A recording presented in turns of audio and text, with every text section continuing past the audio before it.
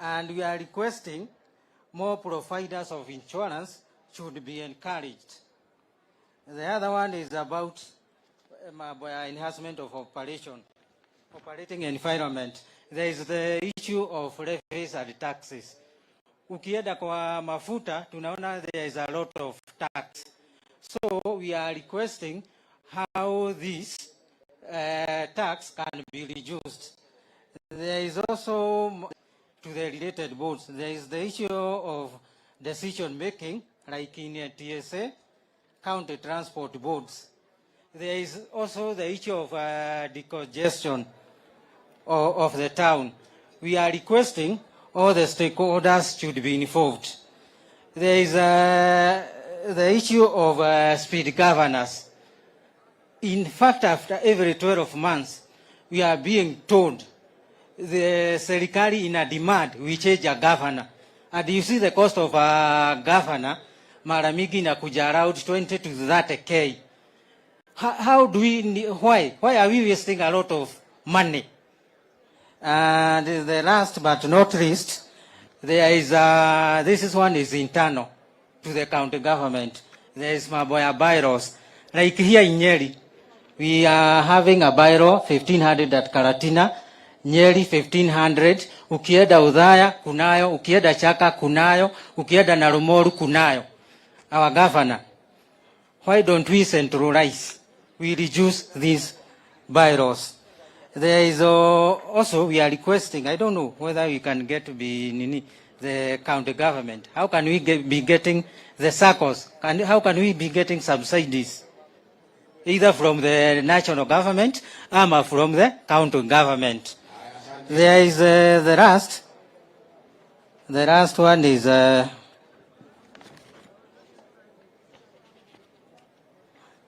fluctuation of fuel prices. On every 14th, there is a trend where the cost of the fuel is rising and rising. We are requesting how can serikali igie ndani ione vile tutafanya. And at last there is the issue of loans. We as matatus, we usually deal with a lot of loans. So hata serikali ni lazima ituangalie ione how can we help. Asanteni. Thank you very much. Pigieni makofi kwa huyu mzungu.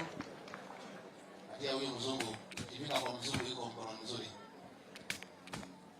Haya, Salun Wangeshi. Wangeshi wao. Wakeme juku mwa wale. Wangeshi. Ni bora ya ukinya. Embi.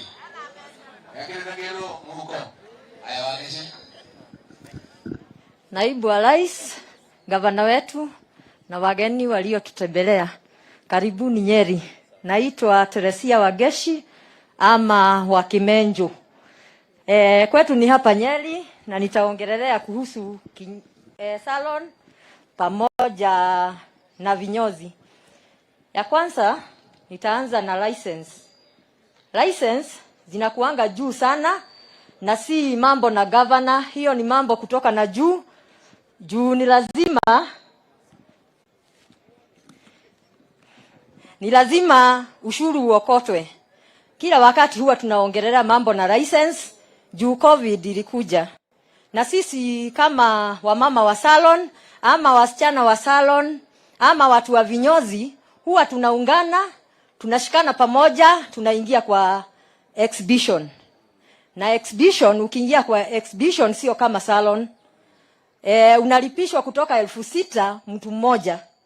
Na ukilipishwa 6,000 mtu mmoja, labda na kuna COVID huwezi make kulipa hiyo kodi. Na kuna watu wa vinyozi pia wameshikana na wanachukua ikiwa exhibition. Na tukiingia kwa license, unasikia umelipa hii 6,000 na mwenye hiyo nyumba anahitaji ingine ya license. Sasa hiyo ya license mnachanga kila mtu labda 200, 300 ndio alipe kulingana na vyenye atalipishwa. Na si hatupigi governor juu hiyo ni mambo kutokana na serikali. 6,000 tena uambiwe utoe 500, sidhani utamake. Hiyo inakuwa shida kwetu. Mambo ingine na hata inaingisha watoto wetu kwa mambo ingine mbaya.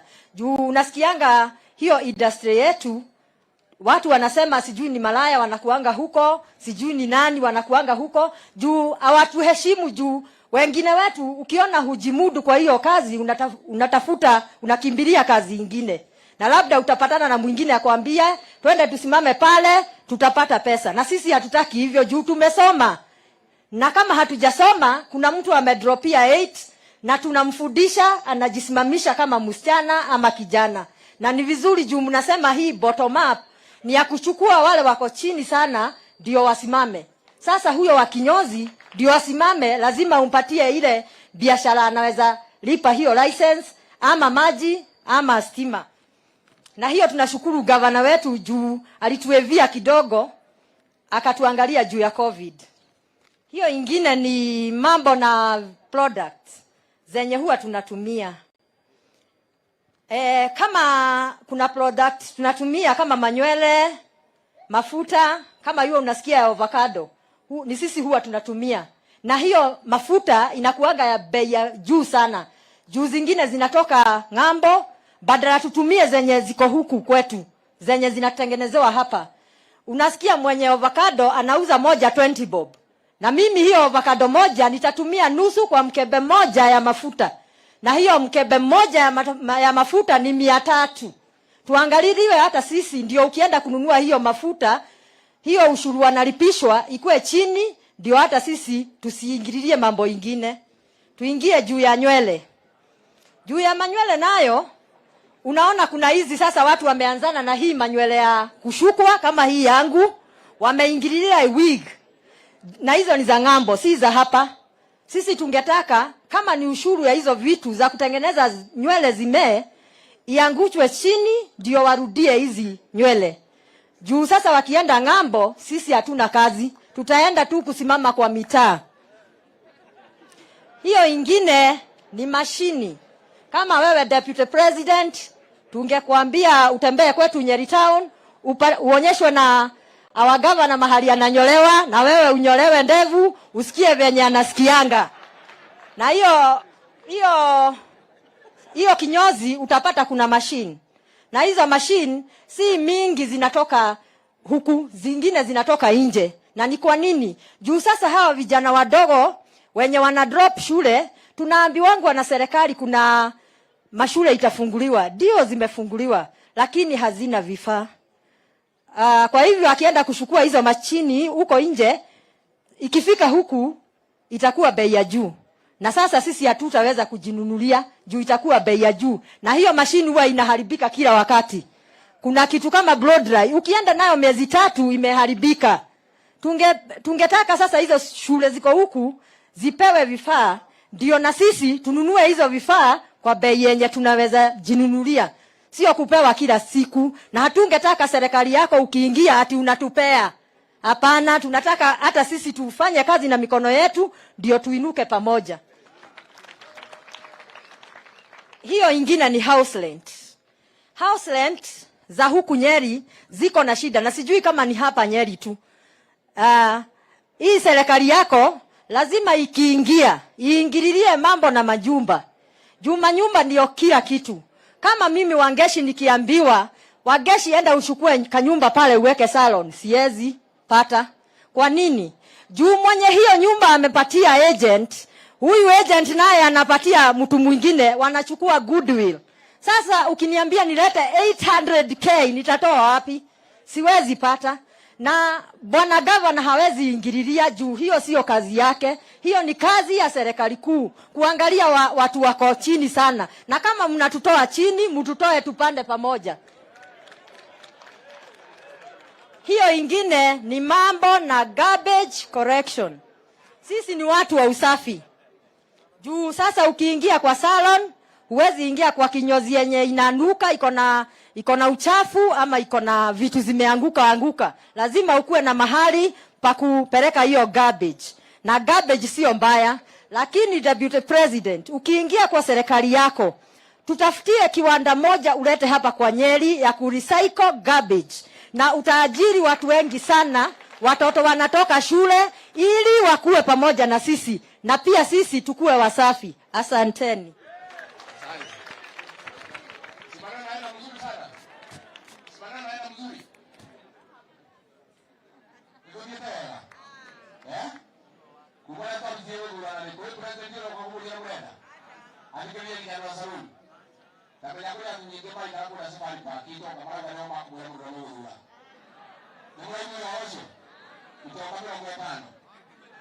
Haya, watu ya taxi kutoka Baringo.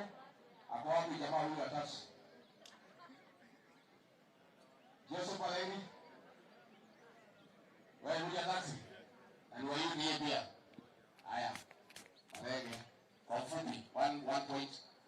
Tukaje kwenye hali ile ndio. Elewa ndo bano yadi Paleni. Haya, Mheshimiwa Naibu wa Rais. Nimevua kofia. Pia wewe ni wewe rais wetu wa 5. Nikiongea kuhusu industry yetu ya taxi, tuko na mashida common ya taxi yote ya Nyeri County. Sana sana tunajua mambo na insurance. Hiyo kwanza imetufinya kabisa. Juu tunajua insurance na ibora wa rais imekuwa shida na tatizo kwetu. Tunalipa hata jioni tukienda hatuna unga. Ile ingine naibu wa rais, tungetaka kuangaliliwa bei ya mafuta. Mafuta wakati tunasafirisha wateja wetu, kama distance yenye tunalipisha 200, gari inatumia 131 shillings, ambayo ni 1 liter ya mafuta. Sasa 70 shillings ndio tunabaki nayo. Ukiona hiyo 7 uhesabu upatia mwenye gari, ndio wewe umeajiliwa upate unga ya kupelekea watoto wako nyumbani, unaona ni gumu naibu wa rais. Sasa hiyo tuagarilie. Ile ingine naibu wa rais, si tumetoka ile unaita bottom up. Tumetoka kutoka kwa boda, tumekuja hivyo tumeajiliwa kwa taxi. Sasa naibu wa rais, ili tufike hiyo kiwango ingine, tunahitaji loans. Ile loans tungehitaji, ile interest tunapewa na bank zetu iko juu sana. Ile interest iko juu sana. So tunakuomba naibu wa rais, tuangalilie tu. Ile ya mwisho ni ile ni mambo na kuhusu na spare parts za gari. Spare parts za gari ziko juu sana. Sijui kama ni tax inataxiwa juu, inatufikia ikiwa na bei ya juu. Samani tulikuwa tunaona kila kitu inaandikwa made from China, na sasa tunaona ni vile vile tu. Naibu wa rais, ukiingia tuangalilie ile maneno, ili hizo spare parts US zinatoka Kenya. Juu sasa hata tunaona hata wa Chinese wameleta kitu kingine, corona ni made of China. So tunakuomba naibu rais, tuangalilie maneno na tutafurahia. Asante sana. Asante. Wapi baada ya Duzi? Bonfes. Kachanja. Mtu ya Duzi. Bora. Hii ni industry inaandika watu wengi sana, si ndio? Naibu wa rais, biu ya Mugambo ikilia, jua kuna jambo, wanabodaboda wako ndani. Mimi ni jina ni Bonfas Gachanja Wajela, mwegezaji wa bodaboda kaunti ya Nyeri. Ningetaka kueleza kwa kina mambo 7 ambao tumezungumzia wote. Tuko na pikipiki 29,485. Jambo la kwanza ni security. Tukisema kuhusu security, sekta ya pikipiki, kuna watu wale wameingia eneo la Nyeri wanatupatia loan ya pikipiki. Kuna wale wawili wanajulikana katika kaunti ya Nyeri, wa kwanza ni Wamogo Credit na Watu Credit. Wakiingia hapa wanakutupea credit ya pikipiki, na ni mzuri kwa sababu deni ni mzuri, lakini baadaye tunajipata tukiwa katika hali baya, zile pikipiki huenda ikasukuchukuliwa kwa sababu mpaka ile traka wako nayo ni yao, unatumia safa ikiwa yao. So ukiwa rais wa Jamhuri ya Kenya, hebu safa ile ya pikipiki ya traka irudi kwa Ministry of Trade and Industrialization. Naibu wa Rais, ningekueleza kwa kinaganaga tungetaka all the vocation training colleges tuwekewe sekta ya bodaboda riding driving school ili tuweze kusoma kuendesha pikipiki. Kwa hivyo tukiwa na bodaboda riding primary school, bodaboda riding driving school, watu wa pikipiki wataweza kuenda zile vocation training colleges, tuwe tunapelekea pikipiki pale tupate license, hata tuwe tunasubuliwa na askari tukienda kwa barabara. The Deputy President, tungetaka tuwe na insurance pool. Mara mingi unaona wale watu wa 2NK wanatetewa na pool yao ya 2NK sako. Lakini sisi hata tukipata ajali, huwa tunapotelea habari. Kwa sababu hata pikipiki zetu itaenda write off na hakuna kusipata tena. So tukipata insurance pool ya pikipiki, tuwe na kamati ambayo itakuwa inazungumzia kuhusu sisi, hata tukipata ajali pale, tunaweza pata mtu wa kutuogelelea, hata tunarudishiwa pikipiki yetu ikiwa ina compensated from the insurance. Naibu wa Rais, nikataka kuzungumzia kuhusu kadi ya NHIF. Mara mingi hata tukifika kale kaunti ya Nyeri ama pale Kalatina District Hospital, jambo la kwanza hata kama mtu amepata ajali, iko wapi pesa ya kadi? Kwa hivyo nikataka kwa heshima na hisani kubwa sana tupate NHIF ambayo malipo iko chini kidogo, ili kila mtu wa pikipiki akiwa anaendesha pikipiki yake, ajali haina kinga wala haijari, tunaweza enda pale tutibiwe kwa kutumia insurance, kutumia NHIF. Naibu wa Rais, jambo lingine ambalo ningetaka tuzungumzie kwa wana pikipiki ni mutual benefit, symbiotic relationship. Tungetaka tuwe na ule uwiano kati ya sisi. Mara mingi wanasiasa tunatumika kama maua ya kulebesha siasa. Hii wakati ningetaka tutumike kama maua ya kulebesha maendeleo. Kwa sababu sisi pia tumesoma, tuko incorporated katika serikali. Kuna vile viti dogo mlitengeneza na Uhuru Kenyatta kama cabinet assistant secretary. Tungeuliza kwa heshima na hisani wana bodaboda wa kaunti ya Nyeri, the cabinet assistant secretary of transport in the bodaboda department akiwa ametoka kwa pikipiki.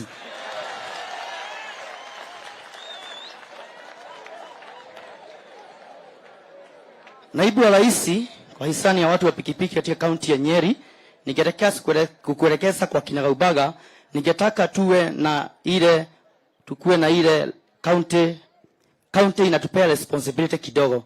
My teacher, my governor, Mutahi Kahiga, ile wakati hata unapeana ile public amenity, tunashuka kama show ya serikali, show ya county, angalau hii wakati upea mpaka watu wa bodaboda, tunapata pesa kidogo kwa sababu kila bodaboda sector tuko na sako.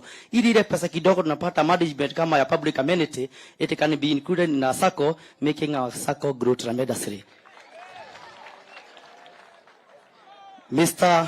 Deputy President, jambo la mwisho ambalo nimetumwa na watu wa pikipiki, wamenieleza kwa kwamba kwa sababu huku ni UDA na mimi ndio speaker wa kaunti ya bunge ya pikipiki, nitahakikisha kwamba pikipiki 29,485 watahakikisha kwamba watasukuma dembe mpaka ukue President of Republic of Kenya. Asante sana, Mungu ambariki. Asante sana, thank you, God bless the people of pikipiki. Asante.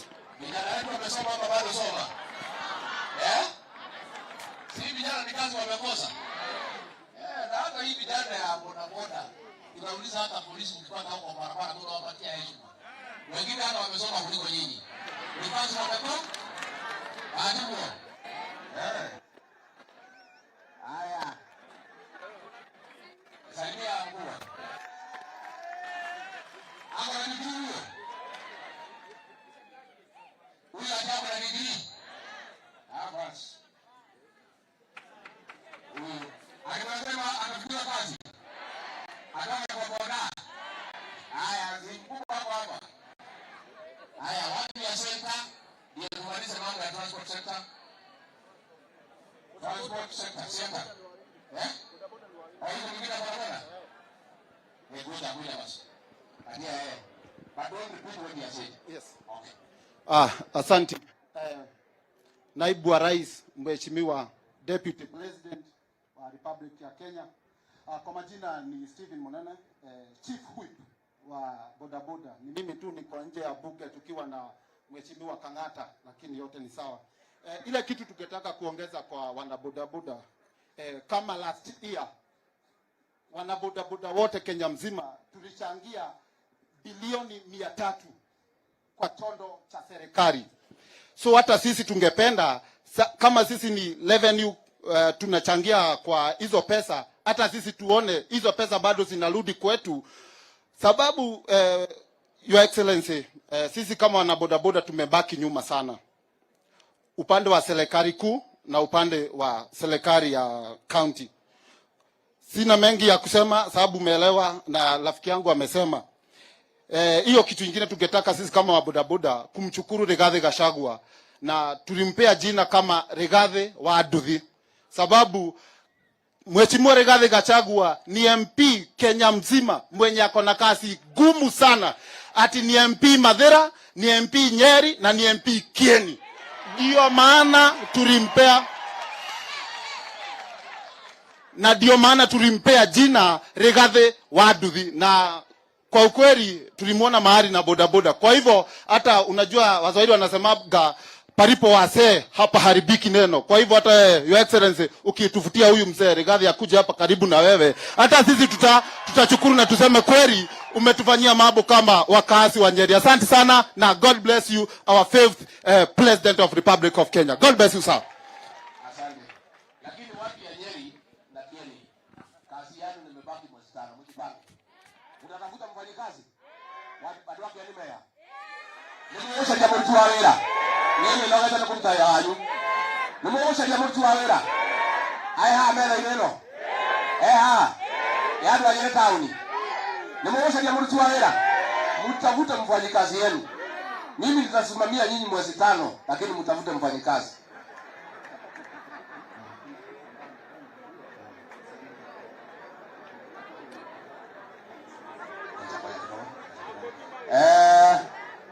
Watu ya Mtuba, David Maina kutoka Kieni Mugunda, Center kuja Center, patia Center. Center Your Excellency ni ile gari ya huko mashinani. Deputy President, kwa majina naitwa Frederick Karangi. Mimi ndiye chairman wa county ya Nyeri ya Center. Center ni hii magari kidogo, inabeba watu 7 na mengi yamesemwa ya matatu.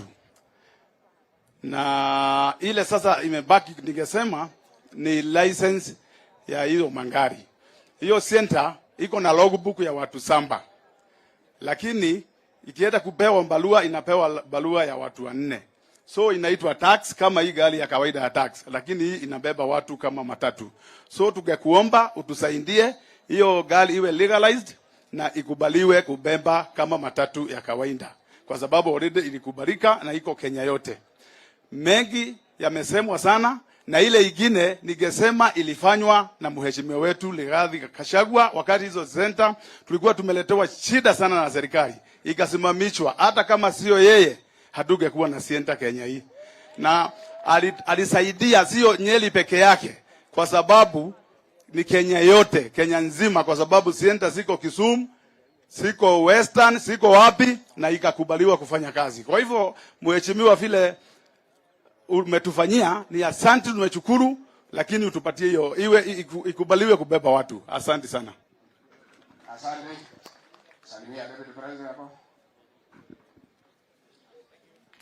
Watu ya Center Your Excellency walikuwa wamehangaishwa na ile mtu mwenye kiburi anaitwa Matiang'i. Tukamwambia haiwezekani. Si ulimwambia alikuwa ameumiza hiyo watu wetu. This is Mtuba. Haya, patie Mtuba. Sasa wanakuja katika moja. Naibu wa Rais, kwa majina naitwa David Maina, chairman wa soko ya Kiawala. Ile mashida nitaongea ni juu ya Mtuba. Kitu ya kwanza ni tax inapigwa Mtuba ikiingia Kenya. Ndio imefanya kazi yetu iwe gumu zaidi. Kitu ya pili ni kujengewa masoko. Sisi watu wa Mtuba tunashomeka sana na jua. Mvua ikinyesha hatufanyi kazi. Kitu ya tatu, tunaomba tutengenezewe sako. Watu wa Mtuba wote tushikane, ili tukitaka hata kukopa pesa iwe rahisi, tupate pesa na interest ya chini. Kitu ya 4 ni hawa watu wa China wametuangamiza sana.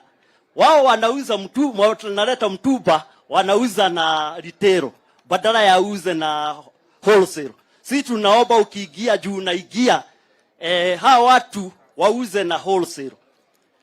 Mimi najua watu wa mtumba wote tumeshikana na tumeamua sisi tuko kwa serikali yako na sisi hatupagwi.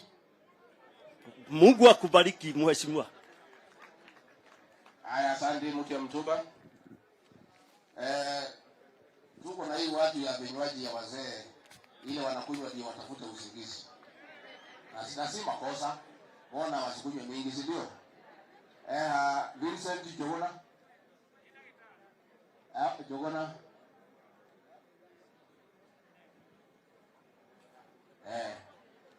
Hii kinywaji si mbaya. Mbona ikunywe na hii watu ya kawaida bwana viongozi? Because viongozi nao lazima wajuke English.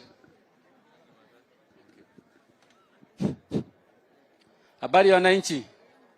Habari ya wananchi. Your Excellency, Deputy President, Governor wetu, wana constituency wenzangu na wageni ambao wametoka sehemu mbalimbali. Majina yangu ni Vincent Mwangi na mimi nasimama hapa kwa niaba ya watu ambao wanafanya area moja ya muhimu sana, hospitality area. Hii hospitality area nikiongea kwa ufupi nitagusa kuhusu area moja that it requires a conducive environment of work. Nitaongea kidogo kuhusu hiyo. Nitaongeza kuhusu licensing and taxes, pia hiyo yafaa iangaliwe vizuri sana. Nitaongea kuhusu time of operation. Saa ingine masaa ambayo tunapata inakuwa dogo sana ambao hiligani na taxes ambao tunaendea, na nitaongea kuhusu finances ya kwamba hii ni area moja inalikuwa pia finances sababu wengine bado tunajitahidi sana na pesa kidogo sana. Kuhusu sasa conducive working environment.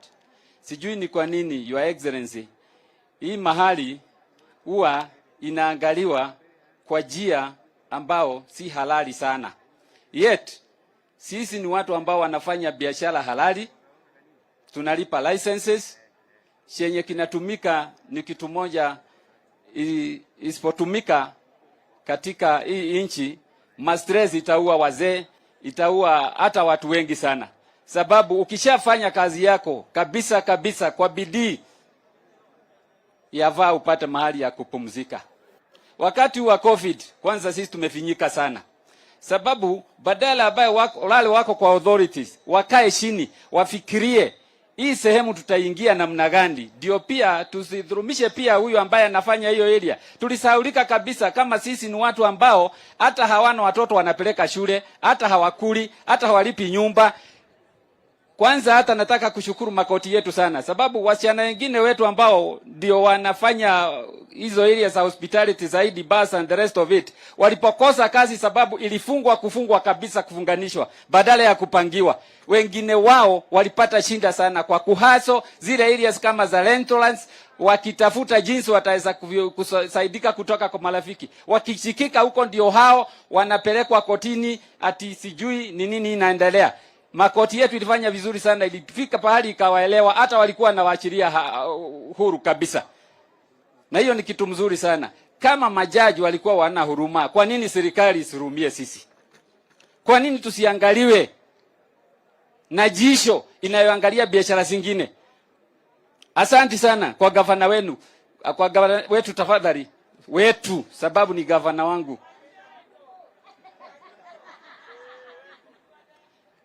Gavana wetu Mutahi Kahiga, sababu kitu moja alifanya nzuri sana, alituangalia kwa jisho ya huruma.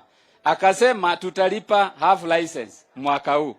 Lakini wengine wetu kama tungeulizwa, tungesema hata tupewe full waiver. Isipokuwa tunaelewa pia unahitaji pesa ya kulani mahali, tungesema full waiver, because to be very sincere and we are telling you in open fact ya kwamba wengine wetu hakumfanya biashara hata kidogo. Hata kidogo. Ni kweli wana virambu? Ni kweli wana virambu? Na nyinyi ni watu wa UDA mliniambia niseme hivyo. Ni kweli? Hatukufanya. Kwa hivyo hiyo ilikuwa inahitajika tuangaliwe kwa jisho la huruma vizuri sana. Kitu ingine ningetaka kusema, tuko na harassment nyingi sana ambayo inatoka especially kwa police forces wetu, law enforcers, na si mbaya afanye kazi yao, lakini pia hatuwezi kuwasha wenye authorities kama wale ambao wako hata kama ni ofisi ya governor ama national offices, sababu mwenye kutimiza hiyo kazi ya law enforcement anatoa pia regulations zile ambao zimewekwa na wale wamepewa authorities, wako katika authority levels, watengeneze regulations mzuri ambao hasitavinya pia wanafanya wa biashara, especially wa hii area hiyo ya hospitality. Hiyo ni kitu ingine. Licenses to are very high. Kila mwaka licenses sasa ya virabu, ya restaurants and the rest inaenda ikiongezwa sana. Hii yafaa iangaliwe sana, sababu ni lazima ulinganishe license, mapato, masaa ambao hii kazi inafanywa, because we work at the restricted hours of time, is not open. Iangaliwe ionekane kweli faida hawa watu inatoka wapi. Ikiwa kama hiyo wakati wa COVID kwenye tulipewa nafasi kidogo, labda ni saa moja ama masaa mawili, was that enough surely to pay for the licenses and the taxes that are there? Kitu ingine ambayo ilikuwa iendelee wakati wa aliyetuasha mpendwa wetu Rigathi Gachagua, na Mungu aendelee kumpusisha mahali pema huko mbinguni. We have so many taxes in this industry. Come to bars and restaurants. Unaenda unapata iko licenses ingine, sijui ya music, iko ingine unaenda unapata hii ni ya trade license ya club, iko ingine unaenda ni ya health, there are so many licenses, countless. Na katika those licenses, hiyo ndio sasa vipenya rao askari wanatumia sasa kuharass watu wetu. I wish this could be consolidated into one license, and this was to go ahead during the Gachagua's time. I wish it can be one license. Iwe sasa ni ya county government, na kutoka county government wacha health wapate zao, wacha wengine wapate zao, wacha KLA wapate zao. Tuache sisi kusukumwa namna hiyo. Tunasukumwa vibaya sana. Na hiyo lazima tuangaliwe vizuri sana. Kama ni crediting yavaa, sababu tumejiunga vikundi even at county, at ward, at sub-ward levels, tuwe considered katika hii serikali ambayo inakuja, ambao utakuwa rahisi, tupewe credit facility pia. Already tumejiunga, we are in groups, we can be credited, not even going for titles and what have you, considering our works and performances, that can be possible. Na sisi tutaendelea kama wengine tuzomeshe watoto, na hatukatoa tabu tena, tutakuwa wananchi watulivu ambao hawatashinda katika hii. Asante sana. Asante. Na tujaribu wale watapewa nafasi tuongee ile maneno ya national government, si ndio? Alafu ile ya county governor mtaika hila, na wale wanataka vyeo waite mkutano pia kama hii, wasikize mambo ya nini county, si ndio? Mpaka ile ya national government. Sasa hii ya licensing nini, hiyo ni ya gavana, na gavana pia anaweza kuwa na kikao pia kabla hajapewa uongozi, na yeye aseme atafanya hii na ile. Kuna gari KCP 544P, KCP 544P umefungia mwenye ploti kuingia kwake, na bibi yake anapiga anasema lunch iko kwa meza, lakini hawezi ingia, uende utoe hiyo gari. Tumebakisha watu wachache, tunajua tunataka tuende lunch, lakini sioni tuende lunch halafu turudi. Tumalize maneno kwanza. Wakati wanasema tumalize maneno ni tuende lunch. Wako ndo wako. Wako ndo wako. Hata mlikula kitu asubuhi, kwa hivyo tumbo igali imeshika kitu.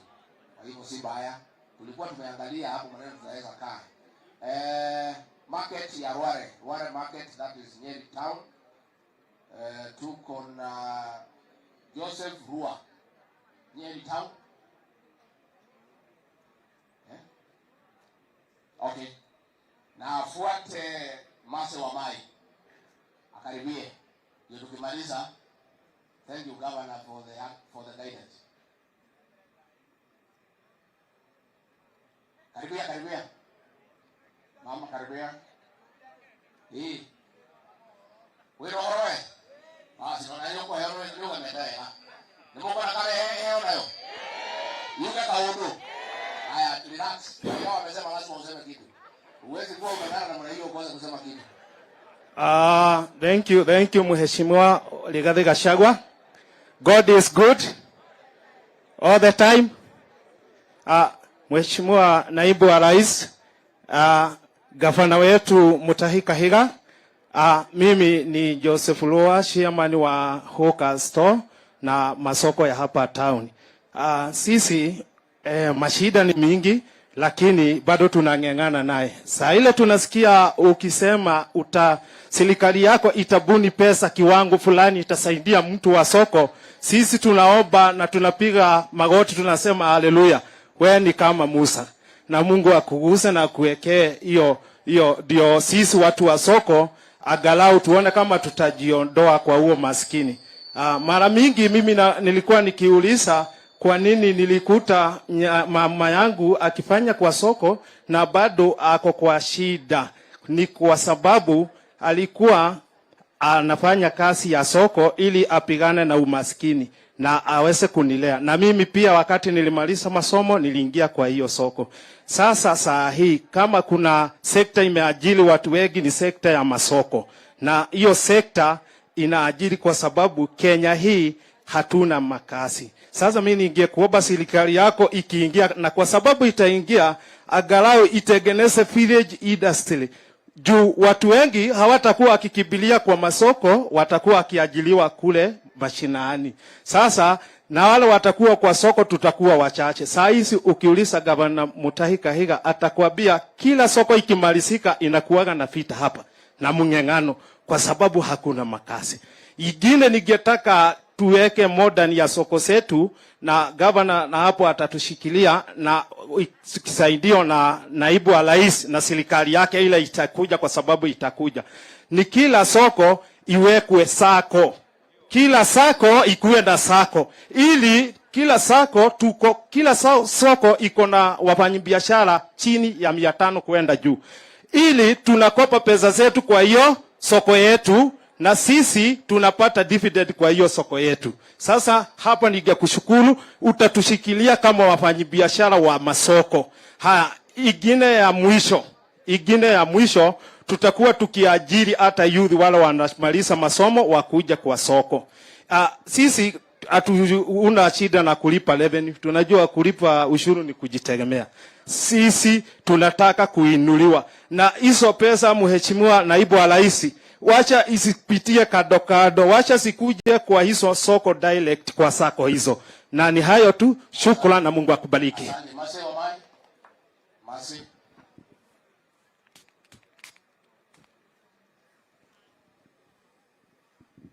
Honorable Deputy President of Kenya, yangu sio mengi, mimi nitaongea machache. Kwa jina ni Mase wangu wa Mae, naongea juu ya soko ya Karatina, na juu ya hiyo soko ndio kumbwa na ile masoko ingine inakuanga na sinda kama yetu. Ningetaka kusema juu ya housing and stores. Iwe eva hiyo Mheshimiwa Rigathi amesema tusiongee, tutaongea na gavana wetu Kahiga. Sasa soko yetu inafaa kuwa na solar ama generator. Hiyo ni soko kubwa sana. Juu stima ikipotea tunapata sinda. Alafu juu ya maji iko na sinda sana. Juu mferezi ni moja juu Bwana Kahiga, na hiyo soko iko na watu kama 3,000 kila mchana.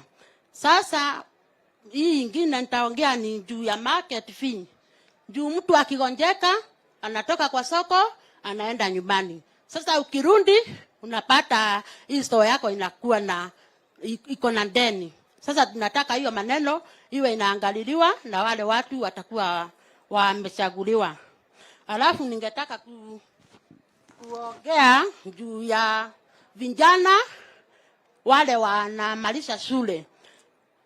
Soko yetu ni kumbwa. Ikipangwa vizuri watu watakuwa wakimaliza shule wanapatiwa nafasi ya kuingia kwa soko. Juu sio kusema ati sisi peke yetu ndio tutakuwa tukikaa kwa soko tu. Alafu ningetaka kuomba ikiwezekana tupatiwe 24 hours juu ya economy. Hapo ingine ningetaka kuambia Honorable Deputy President, sisi tuko na ile kitu tuliagana na yeye wakati alikuwa Karatina, tuliagana tuweke tunajiita Karatina Market Sacco. tunataka tuinuliwe na bottom up loan and circles. Nimemaliza. Asante. Haya, community health volunteer Peter Ndegwa, afuatwe na musician Raina Fundi, afuatwe na drama Abdi, afuatwe na village MCs Jackson Kelly. Tukiandamana na hiyo. Na unasema wewe ni nani na ni section gani? Peter Ndegwa, His Excellency the Deputy President, our Governor, and the entire readers. Na watu wa Nyeri, God is good, and all the time.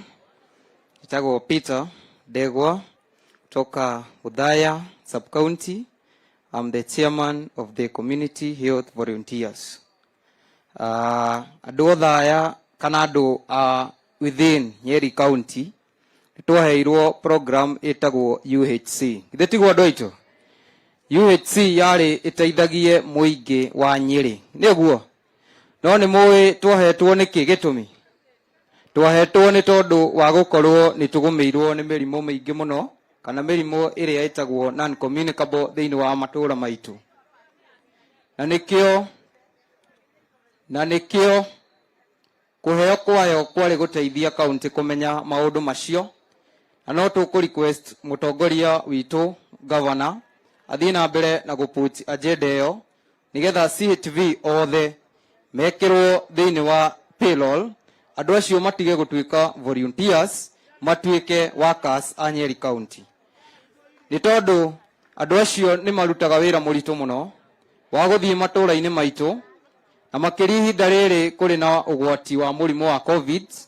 Ni tondu niyo marathiaga household kwa household. Ithe tiguo mari ugwati-ini munene muno matari agitire ni mundu. Koguo ni tukuria Deputy President, we should request you, the Deputy President, you shall be the President of the Republic of Kenya, and we shall vote for you. But we will request you to have a CHV circle in Nyeri County so that these people should be able to grow together. Lastly, the Governor of Nyeri, Governor Mutahi Kahiga, you are really working on that. But in most committees, we don't have the community health volunteers engaged in those programs. And that's why we are not in a good position in Nyeri County to fight COVID-19. If we equip the community health volunteers, we will not be able to use more funds to procure things about COVID-19. So we are really requesting your support to move towards together. Thank you very much.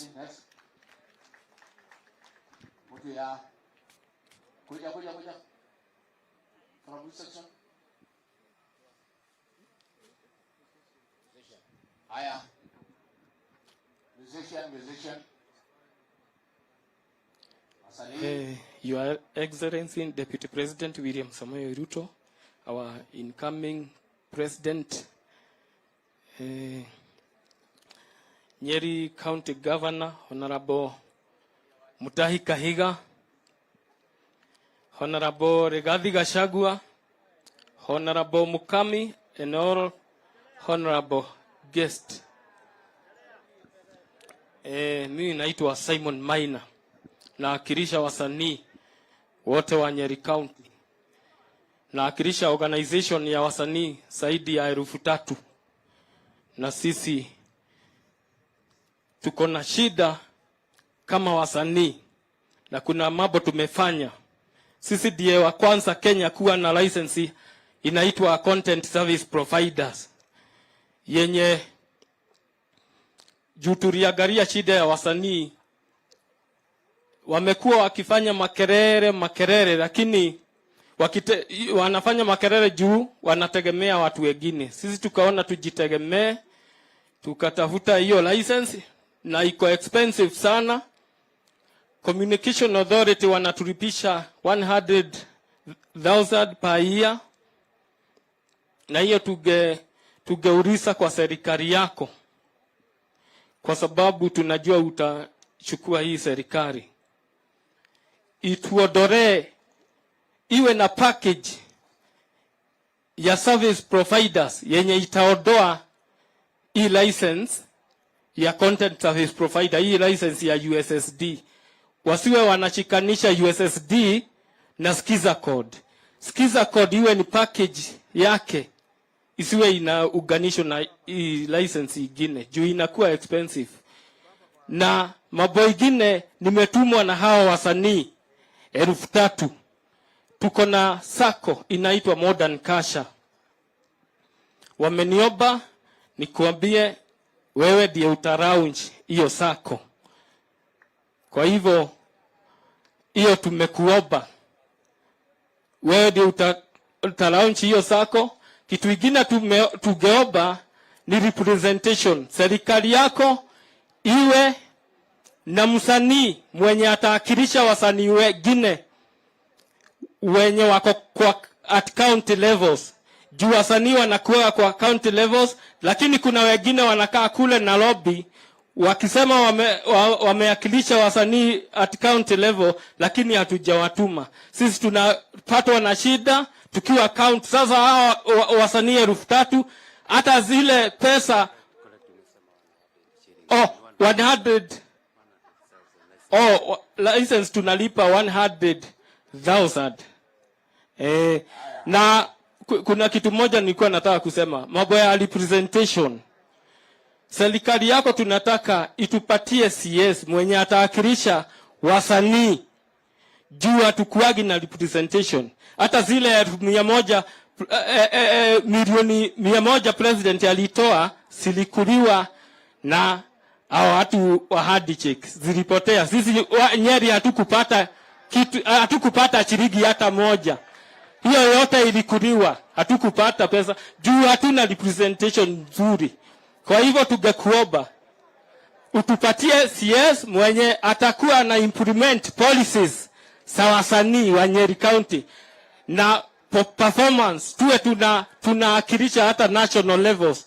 Sisi tunaagamia huko at county level, lakini kwa national level hatuna representation. Kwa hivyo tungekuomba kwa serikali yako ituhusishe huku county levels, tuwe tunafanya policies inakuwa implemented na CS mwenye utaappoint. Kwa hivyo hiyo najua itawezekana kwa serikali yako. Sisi tuko na program ya wasanii na Ruto kumuigiza Statehouse. Na Mungu akubariki, na najua hiyo itawezekana.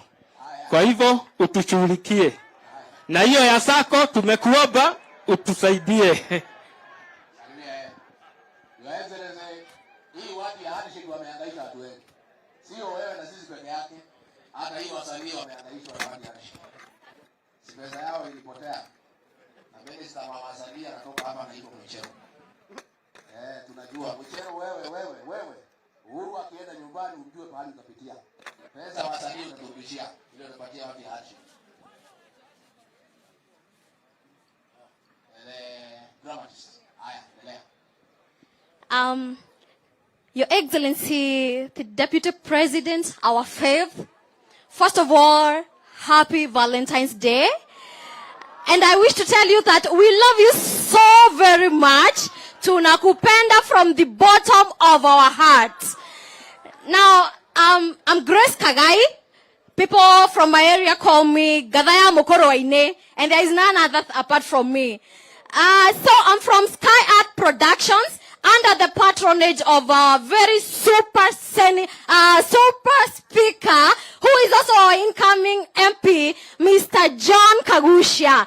And yes, I will speak on behalf of wasanii. Na kwanza, Your Excellency, for us, we do stage plays. Huwa tunafanya kwa mashule, tuenda kuigiza hizi set books ambazo hawa wanafunzi hufanya. Na back in 2017, our barua zilikanseliwa. And we don't have barua from the Ministry of Education. So tulikuwa tunaomba, because we know it is possible and we know you are our president na utatusimamia, tuwe tunapewa barua. Hizo barua at least turudishiwe, turejeshewe, ndo tuweze kwenda kuwaigizia wala wanafunzi. And as we know, most of our students learn through watching. So I know it shall be possible.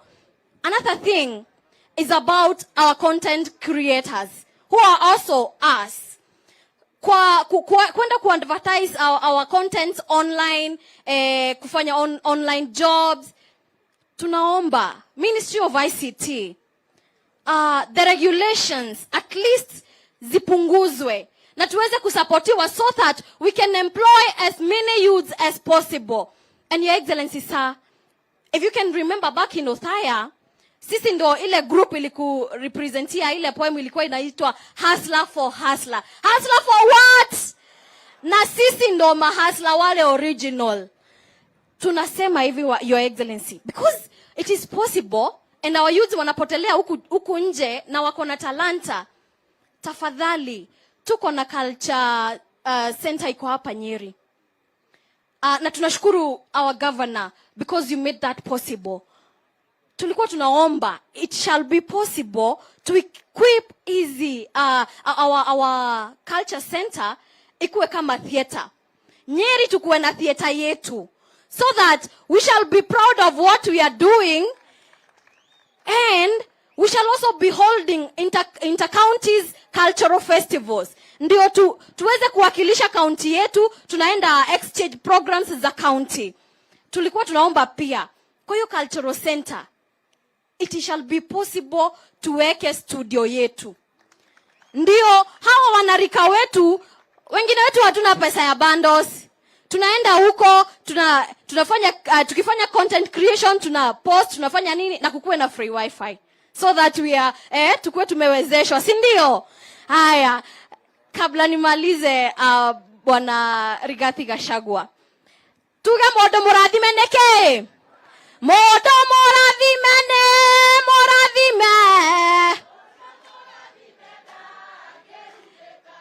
ona magero gana mamorume na Ruto muradhime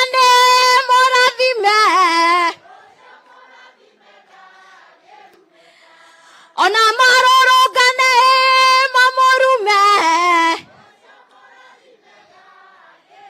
Your Excellency, tunasema rais ni William Samoei Ruto, chama ni UDA, nayo form ni bottom up. Na kuomokora inyado agai turagushia maendeleo na kagushia. Thank you so much. Asanteni.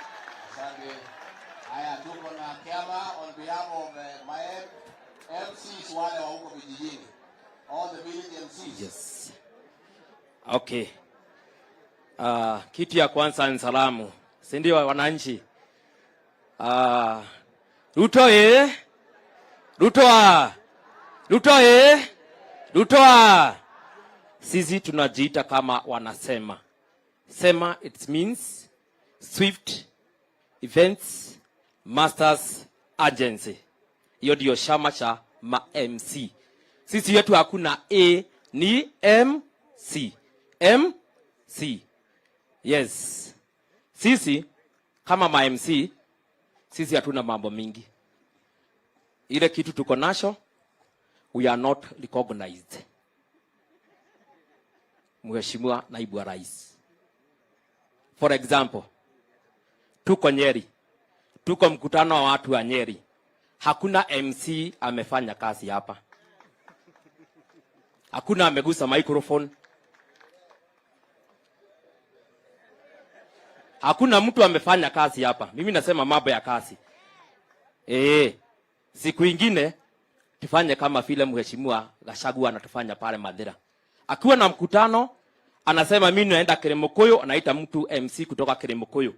Akienda fulani kama Iriaine anaita MC kutoka Iriaine. Mheshimiwa Naibu ya Rais, ukifika Nyeri tuko na MC. Mheshimiwa Gachagua, washa nikwambie, sisi sio villagers MC. Hapana. Sisi tunafanya kazi. Na kama unaamini Mheshimiwa Naibu ya Rais na bottom up, chukua mtu kama mimi, mfanye national MC. Maana nilianzia kwetu Kishagi, nikakuja sub county, nikakuja county, sasa niende national. Yes. Adroito. Maana sisi hatuna pesa ya kupatia mheshimiwa naibu ya rais. Lakini sisi tuko na mdomo. Mheshimiwa Gachagua akireo ko brand gikari kimwe tunengerwa muthenya omwe tutire tugithiururuka umuthi kia marikie rucio kwa MC uri ongi muthenya ucio kwa MC uri ongi githe kwa gotianuka gitunguru tondu ithuĩ twina kanua no ringi na ringi tutina ki na besha. Mnaona kama tuseme kama ni watu kama tuseme ni madaktari mambo ya health wakiwa na kitu kama chanjos hivi wanachukua daktari mmoja wanaenda anazunguka na bado sisi tuko tu ma MC. Mheshimiwa naibu ya rais, ukichukua serikali yako fanya kama mambo ni ya Minister of Health na kuna mambo inatakana kwa watu waelewe, tuko ma MC, tuko tu patia sisi kazi, tunazunguka hivi tunazunguka na kutoka nukake gitunguru na maundu macio ni mekwagirira. Mimi sina mengi but tu sisi kama ma MC, sisi kama wanasema, sisi tumejitolea, maana tunajua hii mambo ya bottom up economics. Sisi tumejitolea kama ma MC. Tafuta gari tusunguke kama ma MC na sisi hatuna shida na mtu mwingine, mambo itakuwa sawa na gwitu ni guguka wega. Thank you very much. Naibu ya rais tumeshukuru sana. Thank you very much. Ole MC Kiama, nilichukua kazi yenu leo, lakini mimi si wenu. Kabla nichaguliwe mjumbe, tulikuwa tunafanya hii kazi ya MC. Sasa waza ni MC always. Si tulikuwa tunafanya hii kazi. Kabla Mungu kutusaidia akatupandisha juu kidogo. Asante. Nakaro ya waibu ya MC maoko maua. Waibu. Tumebaki watu 9. Nataka one minute. Sasa haya wameli mtu ya maji haraka 1 minute na kusimamia sasa na nikemwe pointi mwe afuatwe na Nancy Mahinda karibia. Mheshimiwa naibu wa rais, ya kwanza ni kukushukuru kwa kututembelea sisi watu wa Nyeri, na kwa hivyo tumesema asante. Nataka kuongea mambo ya maji, maana nikiangalia hata ile mlima unaona mahindi, na ile mahindi mwenyewe anatarajia ataikula, na kweli kwa hii kiangazi hawezi kula. Kwa hivyo tunaongea mambo ya maji ile inaitwa ya ukulima. Tunaomba serikali kwa vile kuko na vile kulikuwako tuangalilie mambo ya mega dam, manake kama kuna kauka kidogo mito yetu inakauka, na ikikauka wale wakulima wote wameongea hapa wanataka kitu kwa mashamba. Kwa hivyo tukipata mega dam katika Mount Kenya, tupate mega dam katika Aberdare, tutakuwa nafuu. Tunaomba kwa serikali yako ututibisie. Tuna miradi inayofanywa ya borehole, na tungeomba Mheshimiwa Rais tuwe tunategezewa borehole pahali iko borehole, na pia tusaidiwe na ile inaitwa water plant. Hiyo ni mambo ya storage ya maji. Nikipenda kuomba mambo ya project. Naibu wa rais, tuko na miradi mingi sana katika area ya Nyeri, na sisi ndio matajiri katika Kenya nzima kwa mambo ya natural resources ya maji. Na tukiangalia ile mahidi, mto uko hapa, unapita, unatililika, unaenda ziwani Indian Ocean, na hakuna faida watu wa Nyeri wanapata kutoka hiyo maji. Natural resource inatoka kwa Mungu. Tukiomba kwa project zile ziko nyingi. Wananchi hawa wako hapa walitafuta pesa ili wakaungana kwa vikundi wapate maji, lakini tofauti shida ni finance. Wale wamepewa finance ya ile miradi iko. Tafadhali naibu wa rais, ukiingia kuwa rais, tafadhali tumalizie zile ziko, na zile demu ziko zifanywe ukarabati. Tunakuomba. Hebu nimalizie. Siku zingine zile ziko za wale watu wanafanya, wale wameugana na wanahitaji maji. Tukitaka ukulima uendelee na mbele na tupate mapato na watu wapate kitu kwa mfuko, tafadhali tuwakuomba naibu wa rais, ukiingia katika serikali uwaigize katika miradi yao ipate pesa na ianze kutoka intake mpaka kwa ile tunaita infield, watu kupata maji katika mashamba. Maana watu wetu ni maskini, ile pesa wanapata ni kidogo sana ya kujiandikisha, lakini wakiambiwa mamilioni ya pesa na kukusanya hizo, na unaona shida ya COVID na zile zingine, tafadhali tuwakuomba mheshimiwa. Ya mwisho ni serikali ianze kutufundisha sisi watu wa Nyeri njia ya kuharvest maji. Manake tuna mito, tuna mvua. Na serikali ikisaidia, kama ni ya county ama ni national government, itusaidie ili tunaweza kuharvest maji ile ya mvua, iingie kwa matangi tuanze kulima nayo. Kwa hivyo tunaomba kusaidiwa. Na pia serikali ifikirie mambo ya mizitu. Maji inatoka kwa mizitu. Asante mheshimiwa, tunakushukuru. Asante.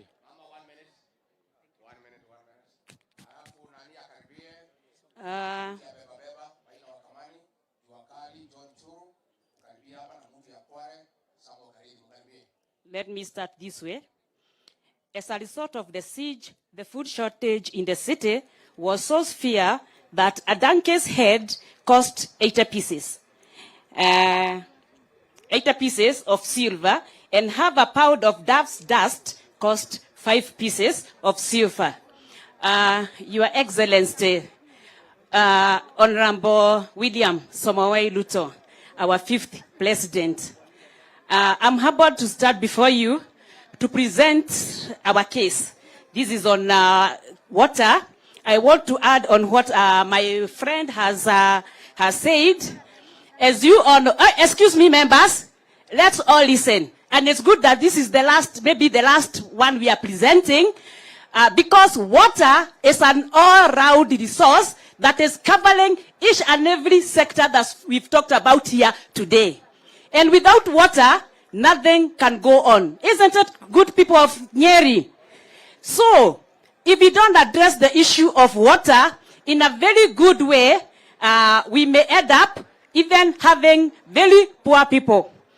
As my fellow member has said, we need to harvest a lot of water, or we do the mitigation as he has said.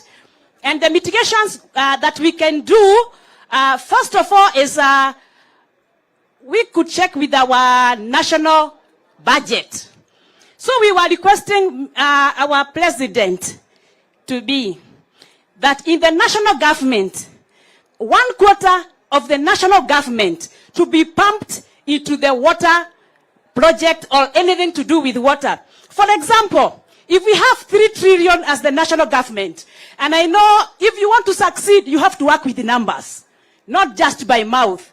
If we have 3 trillion, so 750 billion should be pumped into water, so that we can bring all water projects on board, and because each and everybody, every being, every living thing depend on water.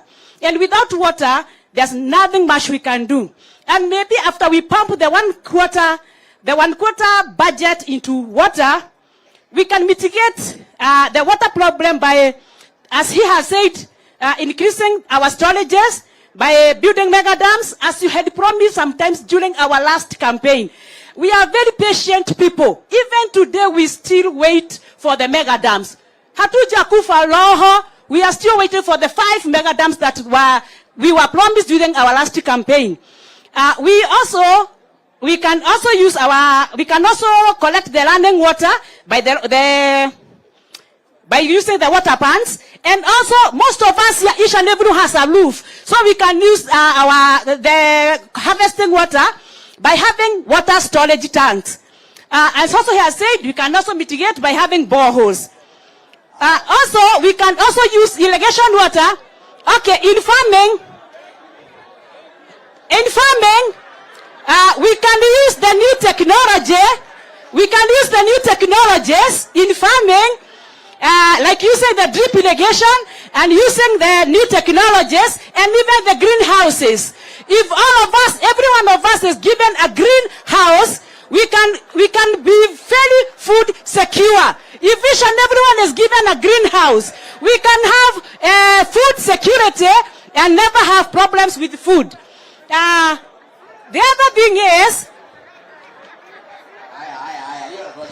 okay, I did introduce myself. I'm Nancy Mahiga. I'm from Kieni East, Gachagua Ward, and I'm very happy that we have implemented a project by the name of KSAP, and we have implemented a project that has helped our farmers. Why I'm saying that water is very important is because we have been given a lot of seeds, but because of lack of water and irrigation, most of their money is going to waste. So we are requesting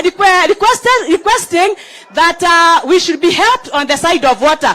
And on my personal issue, as I have presented here, humbly asking, my water project is Kamagura water bloodshed. If I'm given just one borehole, I could be very glad. Thank you and God bless.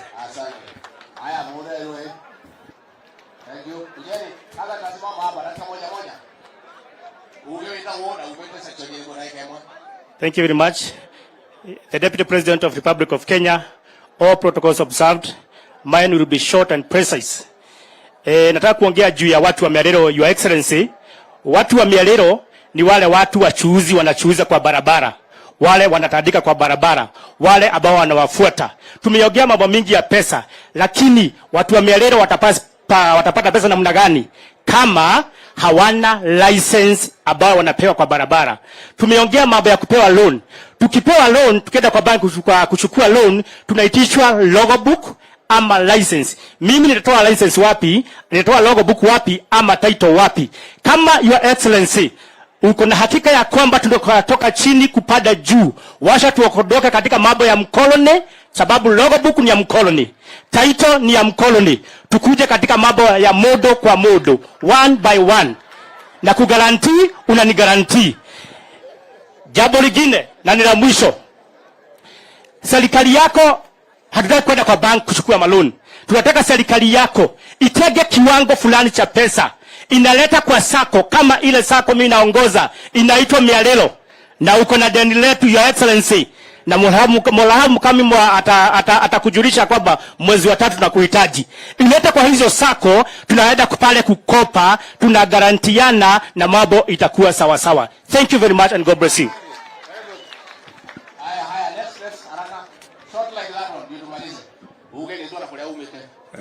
Your Excellency, the Deputy President of the Republic of Kenya, all protocols observed, distinguished guests, ladies and gentlemen, hamjambo. Mimi naitwa Ushuru wa Njohi kutoka Yakanja wa Magana Ward, Teto constituency, ambaye nawakilishwa na Gishu Mwangi ambaye hasikii vizuri, angekuja leo.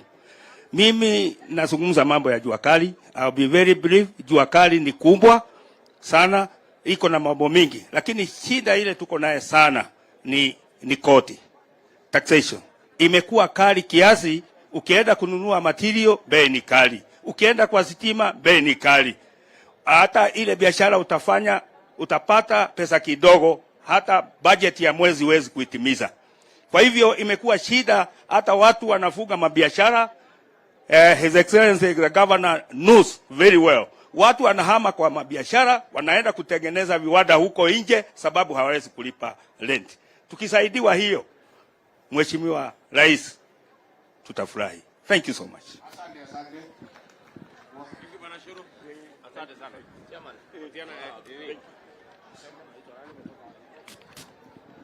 Hello. Bwana asifiwe. Mheshimiwa Deputy Rais, Governor na watu wote ambao wamekuja kwa hii mkutano, habari zenu? God is good. Mimi nimetoka Kwale, huko Thigo River Ward, na pia mimi naitwa Samuel Kareithi Maina. Mimi nimetumwa na watu ya Kwale, na pia naongea mambo matatu tu ili niweze kumaliza. Ya kwanza, mimi ni ile mtu ya Madera. Bwana asifiwe sana. Na sasa sisi tunataka tiga, Mheshimiwa Rais, Mheshimiwa Deputy Rais. Na tukipata hiyo tiga, hakuna wakati tutaenda huko Madera. Tukipata diga mheshimiwa rais, sisi tutaenda na mkoa Mandera, na pia sisi tuko Kwale different place. Ya pili, tunataka kila kitu ambaye kinaletwa hapa Nyeri kinaambatana na kitu ya mjengo, sisi yenyewe tunatengeneza. Pia tuweze kupatia hiyo opportunity first priority ili tuweze kufanya hiyo kazi. Pia tunataka mashini ya kutoa maji, mvua ikinyesha tunasumbuka sana. Tunataka hiyo mashini iweze kutusaidia. Na pia tuna certificate ambaye hatusaidiwi mzuri. Tukitaka hiyo kwa groups tuweze kupatiwa malon na hiyo certificate.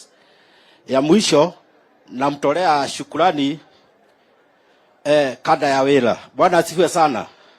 Hii ukisikia sisi deputy president hatuna MP, ni kweli hatuna. Tulipata shida ya mtoto moja ya mwenzetu aliuawa huko Mandela. Tuletea kada ya wela. Na pia akamchukua, na hata saa hii hiyo mtoto anasoma. Na pia tunatoa shukrani zetu kwa mheshimiwa kwa vile hatukuona pahali ya kukufuatia. Tutasema asante.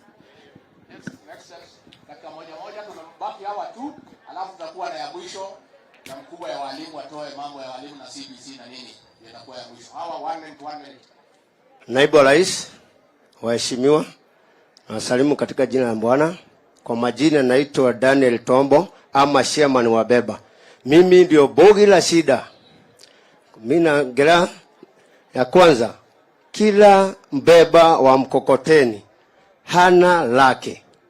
Kwa sababu watu wa bodaboda walitunyang'anya kazi. Manake akiwa na bodaboda anabeba mtu na mzigo. Huyu wa mkokoteni anabeba mtu anamfuata. Sio kazi imeisha. Jambo la pili ni polisi. Hawa polisi wakitaka watu wa kuvuna kahawa kwa jela ni sisi. Kwa sababu sisi ndio tunafagiliwa kwenye town, sisi ndio hatuna kazi, tukapata kazi jela. Hiyo ni shida ingine. Jambo lingine, na hii ni muhimu. Nishaambia hawa wako hapa. Wakati nimeona helikopta yako, nimeona uponyaji wa mtu. Mfalme utoka na juu na wewe umetoka juu na umekuja na ndege hapa. Kuna mtu beba wangu aligojeka, saa hii hata anadaiwa 150,000. Hawa waheshimiwa wetu nimewaongelesha, nimeshoka, lakini mimi nimeona usaidizi wakati umekuja. Jambo lingine, na hiyo ndio muhimu zaidi, watu wale wanabeba mzigo, akikukaribia ama anikaribia Rigathi hivi, anakuwa na jasho nyingi. Ningeomba na mheshimiwa Mukami, Mungu akusaidie na akubariki, manake utarudi tena. Zile nguo ulitupatia zimeisha. Ile jacket ulitupatia dust coat zimeisha. Kwa hivyo Deputy President, najua wewe unasemaga na kutenda. Kitambo twende kampeni, wengine walete sijui mimi makabuti, nimekuomba kabuti 1,000 tu. Hiyo ingine tutajitafutia kwa hao wengine. Tafadhali. Hapo wengine ya mwisho kabisa tuko na harambee ya kulaunch. Tuna launch beba ni kubebe. Ndio tuwe tununue shamba. Tunakuwa na shida mingi zaidi. Na kuna kijana mmoja ameiba wimbo yako ya kampeni na yeye ni beba. Please hata ningeuliza kwa heshima usikize hiyo wimbo. Asante. Angalau harambee zimefungwa kwa saa hii kwa sisi. Unless unataka tukue disqualified. Unless tupangane huko chini na haya 1 minute. Sasa tutamsimamia.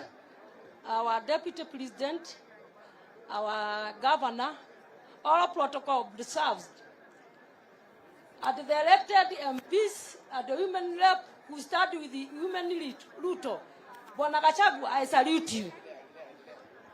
Mimi nataka kuongea maneno ya viasi. Bwana, our coming fifth president, sisi tunalima viasi, lakini at the end of the day, tunanunuliwa kama nyoka bila sumu. Ukikuja kwetu, tunagaramia kwa fertilizer, lakini at the end of the day, one week it's almost 30 bags. Kwa sababu ni kubwa, hata siwezi kufika juu. Mambo ile ingine nataka kuongea ni hata karati. Tunalima karati na boga pia, tunaona hiyo shida. Tunakuomba ukiingia kwa afisi, kwa sababu utaingia ushughulikia wale wakulima wa viazi, karati na mio, kwa sababu hata sisi hatuna bonus. Watu wa Kieni hatuna bonus kwa sababu masiwa hana bonus. Viazi hiyo tunanunuliwa kama nyoka bila sumu, haina bonus. Ya mwisho tunatoka kukuambia, mimi naitwa Madam Julia Dungo. I am the chairperson Kieni West Sub-County, and we support the government of the day. We elect Uhuru Kenyatta and the Honorable William Ruto, so we will support you at the end.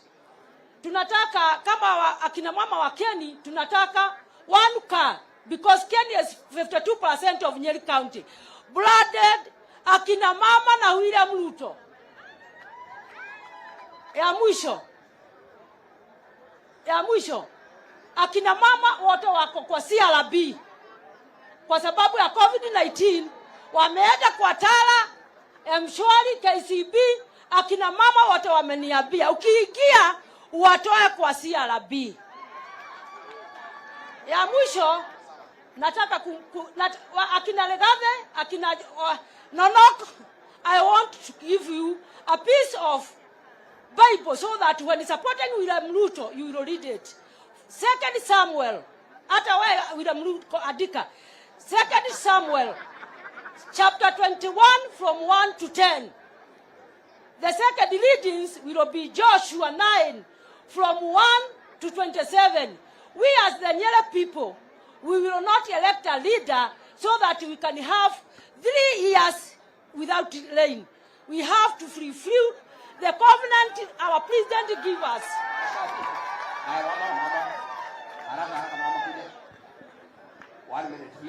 Our Excellency, Deputy President William Ruto, we salute you. I'm Josephine Gadhanwa from Mokoroini, nikiwakilisha wamama kwa maendeleo ya wanawake. I'm the treasurer. Nataka kuongea mambo ya akina mama. Maendeleo ya wanawake, it's well structured from ward level, sub-county, county level, and national level. And we have a problem because as we are structured, we are not well represented in those sectors that we have in our country. That is something that we are praying that God will help you. When you go there, you remember maendeleo ya wanawake, because we are asking for Laikipia for maendeleo ya wanawake in every county.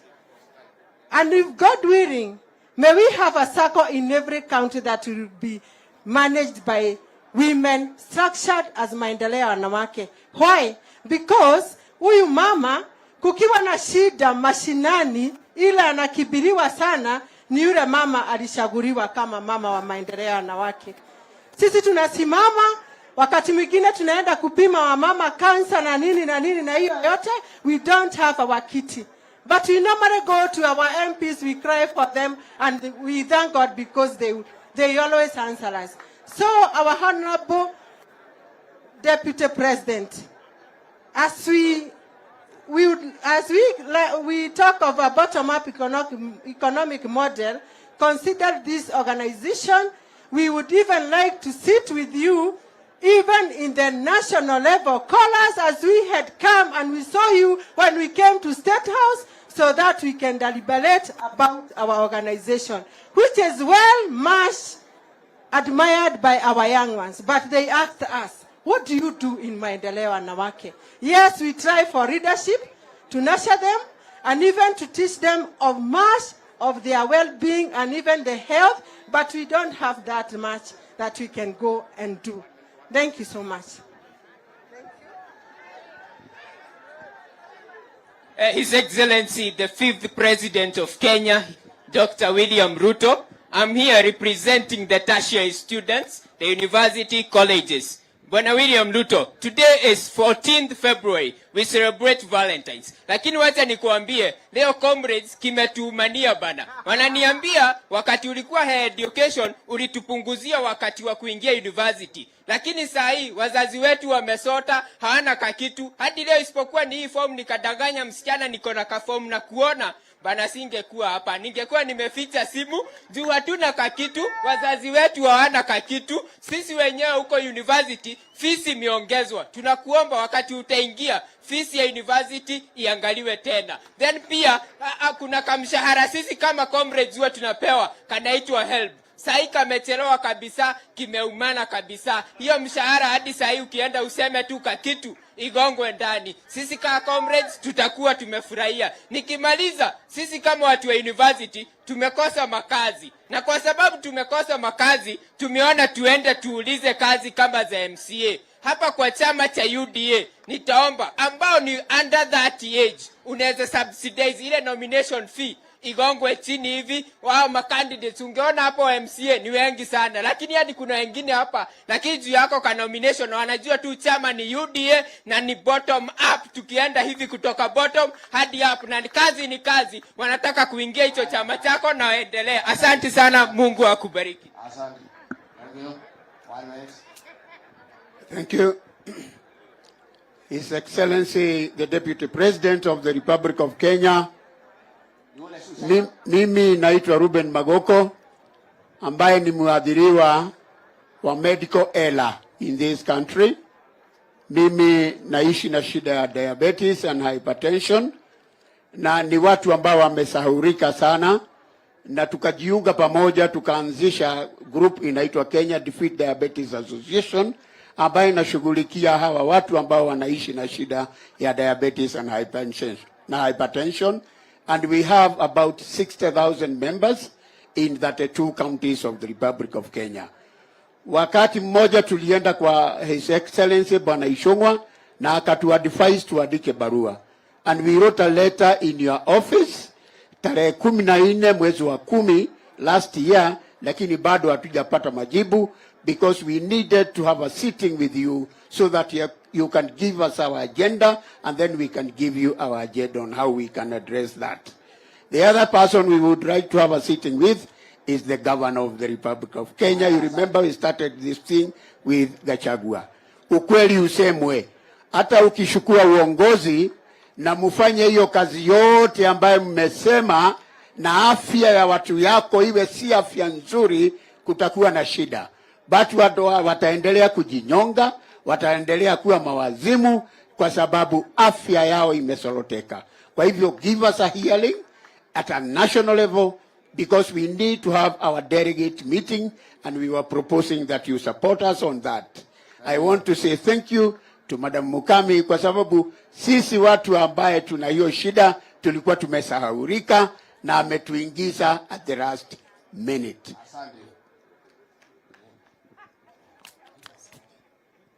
Kwa majina mimi naitwa Daniel Kimani Maingi, nimetoka huko Kiawala, huko Gatarakwa, na shukuru sana makamu wa rais kwa kupata nafasi hata ya kuongea tu kidogo kuhusu magari ya lorries na pickups.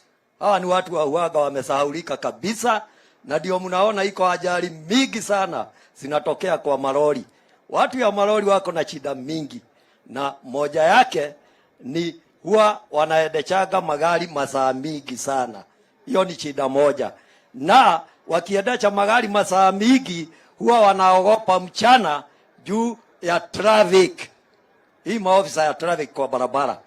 Bwana Deputy President, hii imekuwa ni kama kawaida, ati traffic police wanachukua pesa kutoka kwa sisi, sababu hata ukitoka Nyahururu kufika hapa Nyeri unakuta zaidi ya 1,000 umetoa na umepatia hawa. Hata huaga wanaitisaga wakati mwingine kwa nguvu.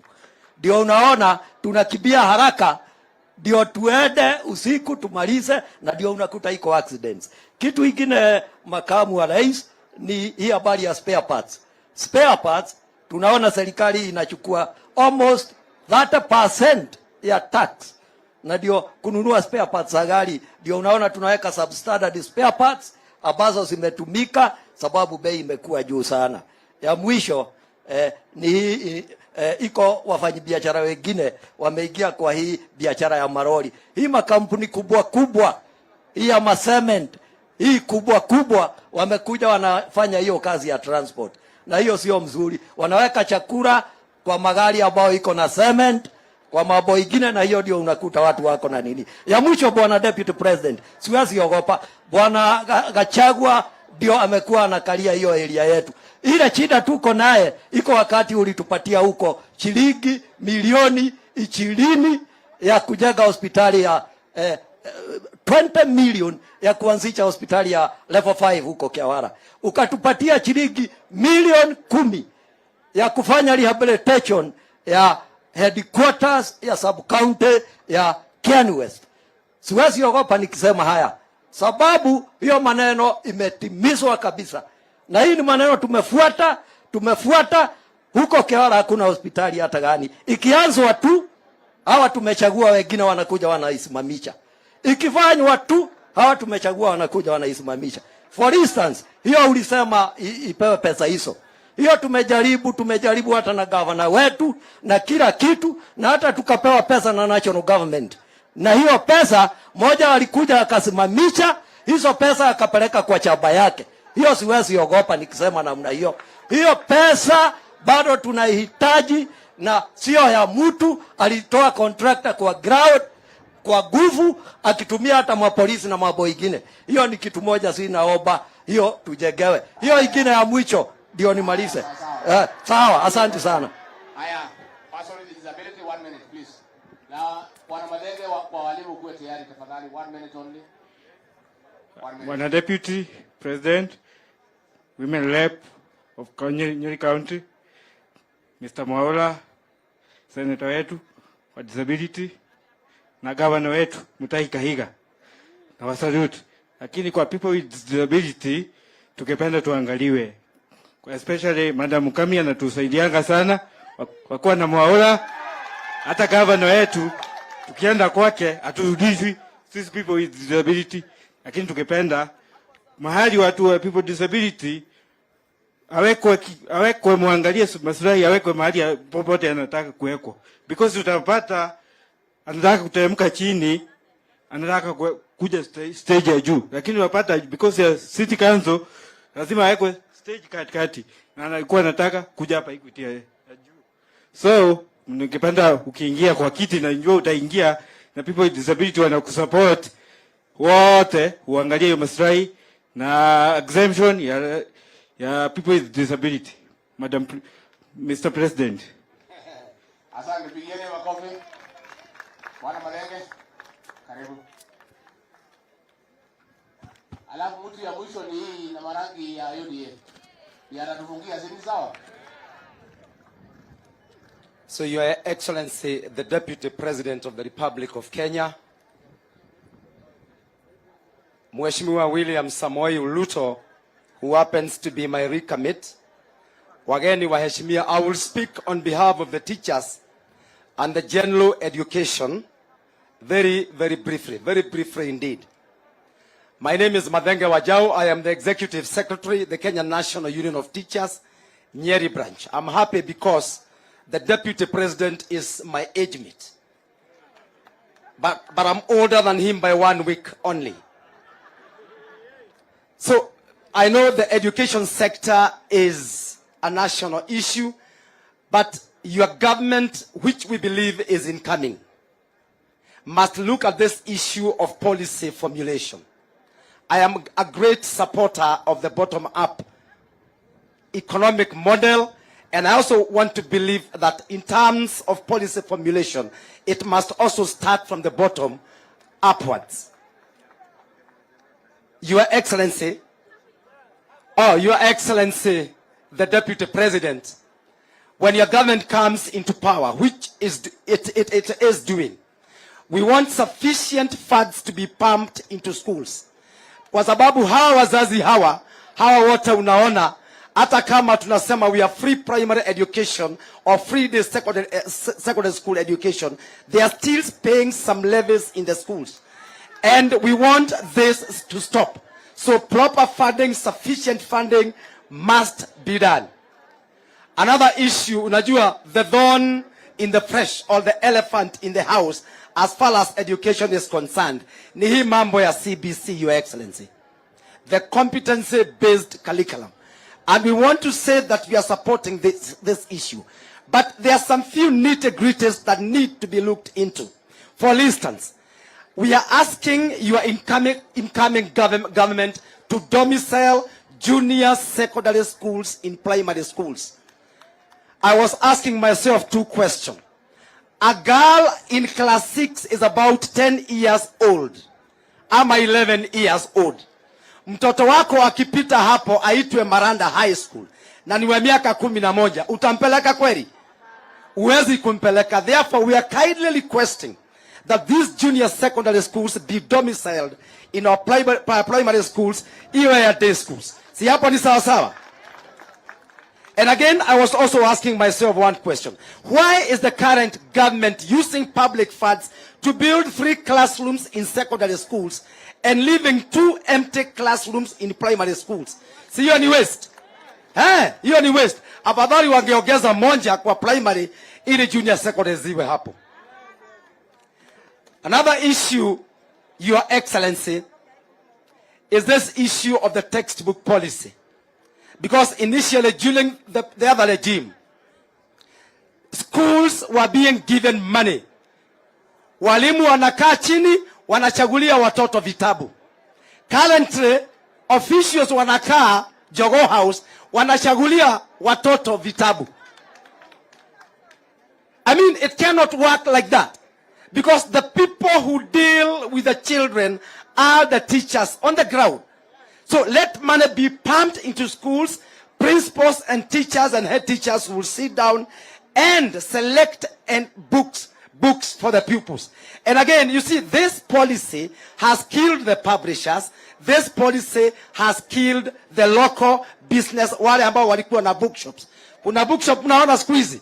Hakuna zilikwisha kabisa. So I think we should refer to the old system. Finally, let me talk now as a trade union. You know, I am a teacher by profession. Unajua bado tunapigana na serikali kidogo hapa.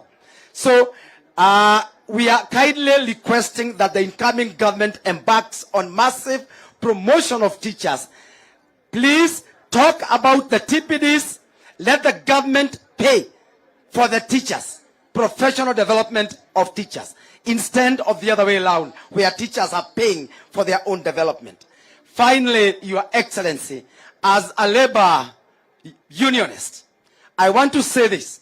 The current government tried very much to kill the Kenya National Union of Teachers. So we are requesting the current government to protect the labor unions in total. Because this is a requirement in the current constitution. Article 41 guarantees every worker the right to form or join a union of his choice. It also says that a worker is entitled to fair remuneration. And once these issues are looked at, we believe that you're going to move along with you. We are great supporters of the bottom-up economic model. We are great supporters of your aspiration to be the president of this country, and you can't count us in. Thank you. God bless you.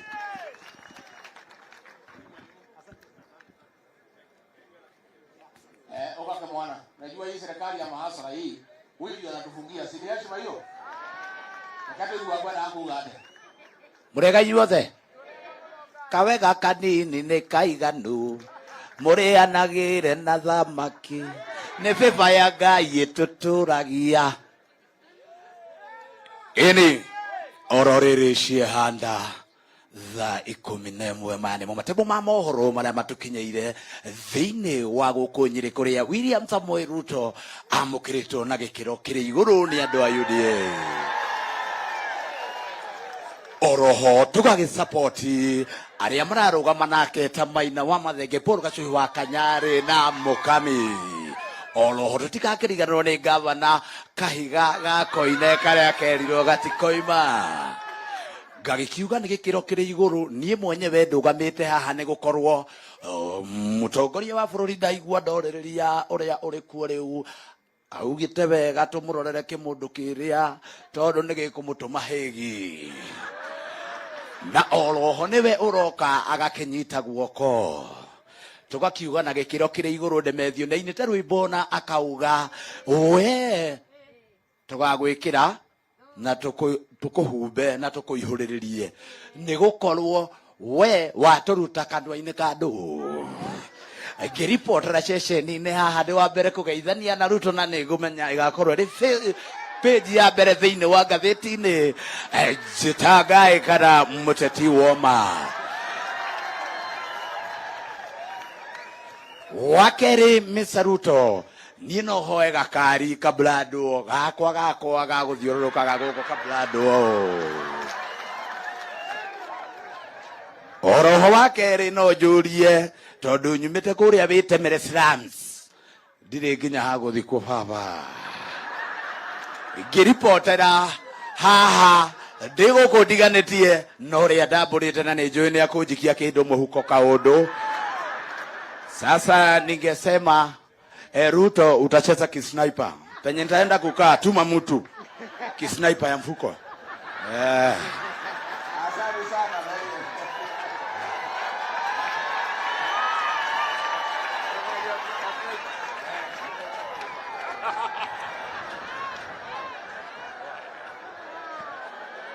Ngwani wega. Mundu akaire kwikania. Mundu akaire wega. Leo nitwathikĩrĩria maũndũ mathiĩ wega. Ndĩrenda rĩu nĩgetha itare ta gavana wa Nyeri nĩgetha atuĩkĩre deputy president. Ngajua mũrenda kũigua ũhoro wa niĩ kwenda kuuga kaũndũ kamwe. Kwenda kuuga kaũndũ kamwe. Andũ aitũ wega ũrĩ warĩhwo na ũũru. Wega ũrĩhagwo na kĩ? Njamba ĩno nĩyatuĩkire wega. Nĩyatuĩkire wega. Nĩtũkamenyitĩrĩra andũ aitũ. Atibia inyuĩ tondũ mũrĩ atha nyingĩ-rĩ, mũndũ mwandu wa gũkĩrĩrie ngarĩ gũkomeire wothe arĩ ũmũkomerie no ũmũkomerie na nĩkĩ tũroya ngarĩ ĩrĩa atũkĩrĩirie ĩtagwo kĩmũndũ kĩu tũkamũkomeria no mwĩtĩkĩre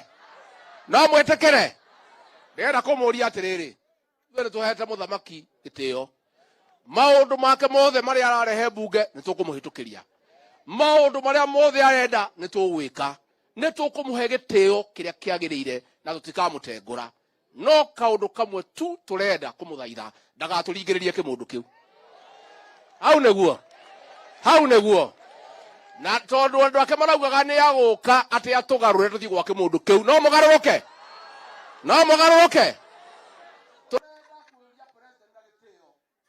oke tũhingũrĩre barabara ya mau oke arore wĩra ũrĩa ũtigarĩte oke atũrĩkĩrie maũndũ marĩa mekĩte atĩa mbeca cia andũ akũrũ iria itarĩhĩtwo ahakikice nĩ cieka atĩa tũmaũndũ tuothe tũtigarĩte mĩeri ĩno 5 na thikũ 24 oke atũrĩke na tũtũũre tũmũhete gĩtĩo na tũtũũre tũmũririkanaga no angĩũka oke gũkũ gũtwĩra tũthure kĩmũndũ kĩu no tũmũkararie ugai no tũmũkararie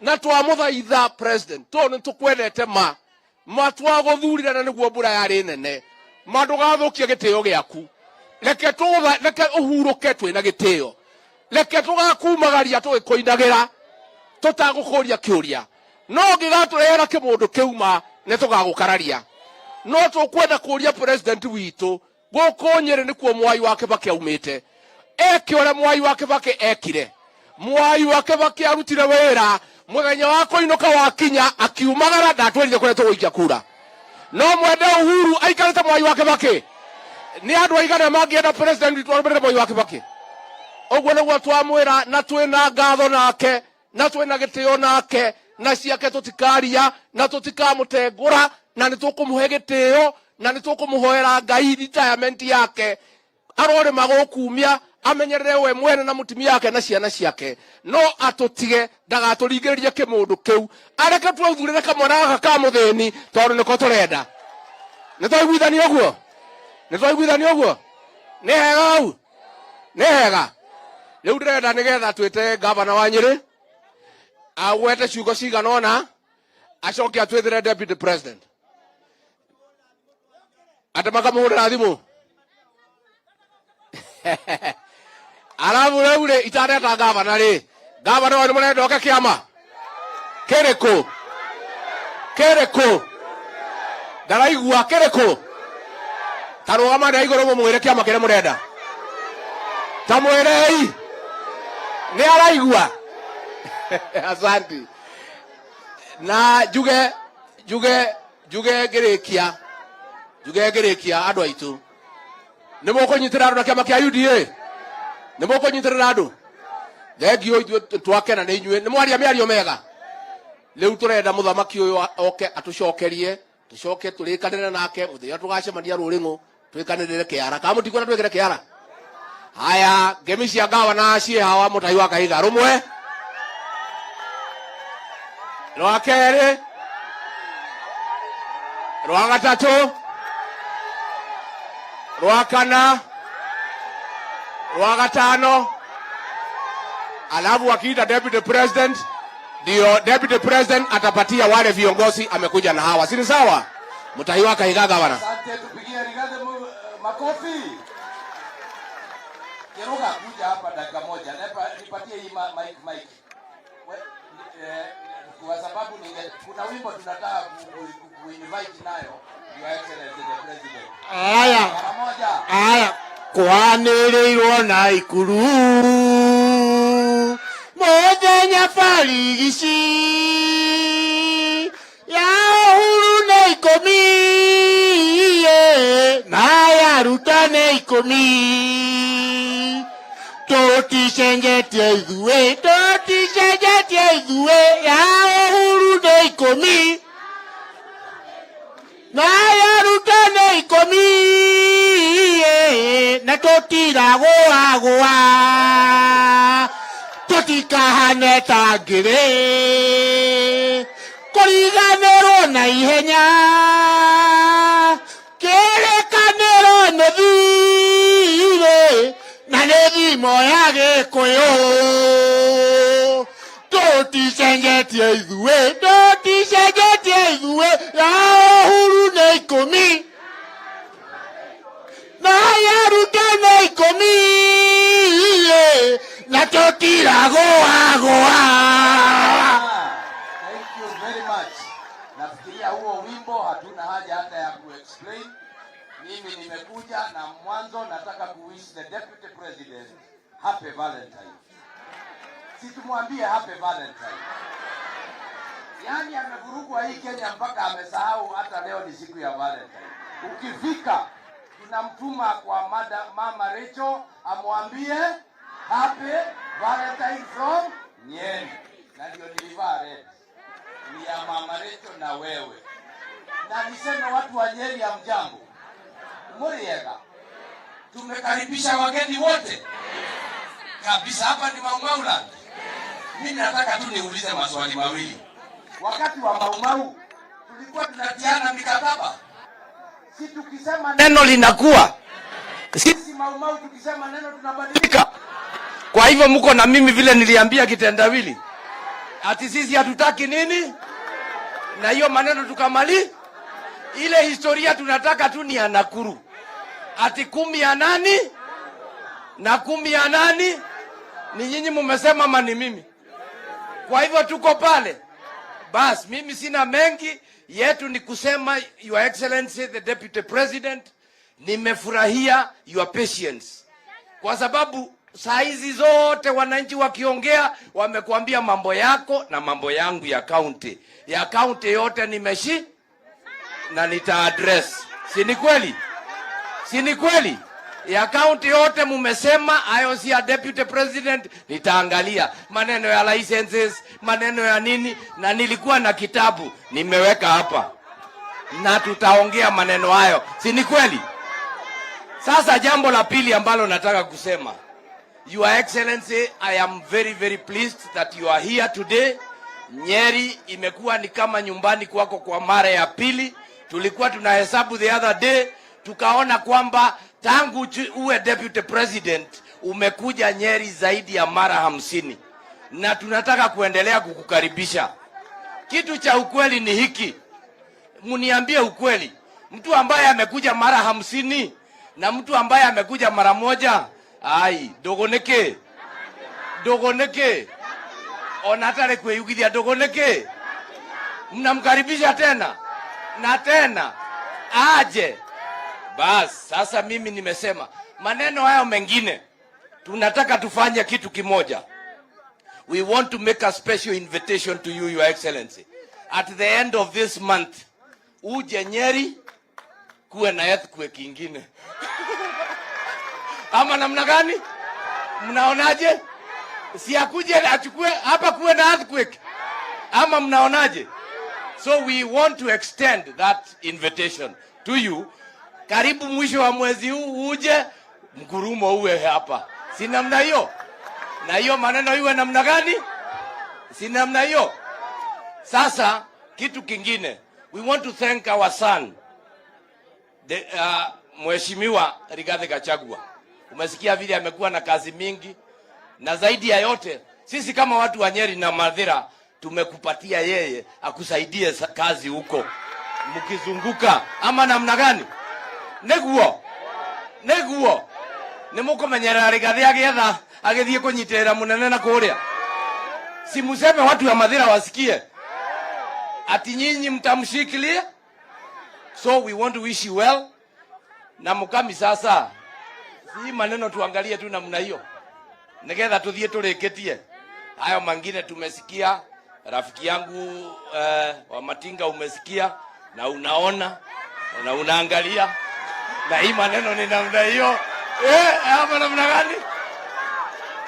Na kama chama cha UDA unajua, wacha niwaambie vile nimesikia maneno mkieleza deputy president, msije mkamchanganya hapa ati hapa mnaweka MCA sijui ya wapi sijui nini ya wapi ni, kwa sababu hiyo mipango yote si mnajua ward specific ilianza Nyeri. Ward specific ni nini? Hapana bottom up. Si ni bottom up? Maneno ya watu kuja kugawa pesa huko kwa mashinani, si tulianza hapa?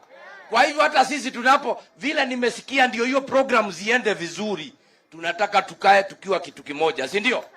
Kwa hivyo nyinyi watu wa Nyeri tuetakwa kugana gwekatia na ithuere kaitwalie watoto wa Maumau. Sisi hatuwezi kuchanganya mtu. Tukiweka ahadi tutatimiza hiyo ahadi. Kanatiguo hata kama ni nini tutafikisha wapi pale. Kanatiguo hatuwezi kuwa tunachanganywa, na ni vizuri tuseme tu we are welcoming His Excellency the President aje na yeye. Lakini kwa vile Ruto amemchagua mara 3, in fact ni mara 4, kwa sababu hata wakati ya KANU huyu aliweka kura yake pale, atafutia huyo mwingine, lakini kura yake aletee hii mwanaume kule hadhire kidetiguo. Hata huyo mwingine ni sawa, lakini alipe deni. Huyu mwanaume amemchagua mara ngapi? Na yeye aweke kura maraki, alafu hiyo ingine afanyie hiyo ingine. Ama namna gani? Tuko pamoja watu wa Nyeri, turehamwe. Tunaambia rais wetu tunayempenda hivyo kule hadhire na kuweka hatia. Hakuna njia ingine, deni dawa yake ni kuli. Namna hatuna mengine, na tunamheshimu na tunampenda, si ndio? Agenda ile ingine tuko nayo, na ni vizuri tuseme hapa Nyeri kuna barabara ambazo pengine kwa miezi 8 hazitaisha. Hizo za barabara, hizo za nini, ni vizuri tuseme ukweli mudhenya. Okay, sasa yule walianza naye ndiye atakuja kumaliza, ama ni huyu alikuwa na pinga hiyo kazi? Si alikuwa na pinga wakati ule kwa sababu alikuwa opposition, si ni namna hiyo? Sasa anajua hata barabara za Maumau ziko wapi. Situache yule ambaye yako hajatumalizie kazi, ama namna gani watu wetu?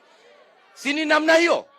Basi naibu wa rais, umesikia tumeongea hapa tukiwa watu wa Nyeri, tumekuahidi na tumekuambia, na tunakushukuru kwa sababu ya vile unaendelea na sisi, na zaidi ya yale maneno ambao umeyashika, yale ambao umeambiwa na hao wananchi wanafurahia hayo maneno wamekuambia, na nina uhakika kwa sababu abaimokire sawa. Hayo maneno ambao wamesema ninajua umeyashika na yataform the basis of the Nyeri memorandum. Sisi hatuna mengine, tunashukuru. Na pia niseme asante DG, I'm talking to you, Deputy Director General wetu. Yule ndiye Director General wetu na mnamjua, ni rafiki yangu, ni mtoka kwetu, ni yule ambaye ametoka Turkana. Na wangapi wanamjua Governor Narok? Nemuramuona. Huyo ndio Director General wetu na tunampenda. Asanteni sana. Sasa ndirenda kuigua kana tulio haria tukugite. Mururumo wa kwamukira Deputy President yohana atia. We korogama ina magoro. Eni torurume tuamukira Deputy President. Karibu sana Your Excellency. Welcome you.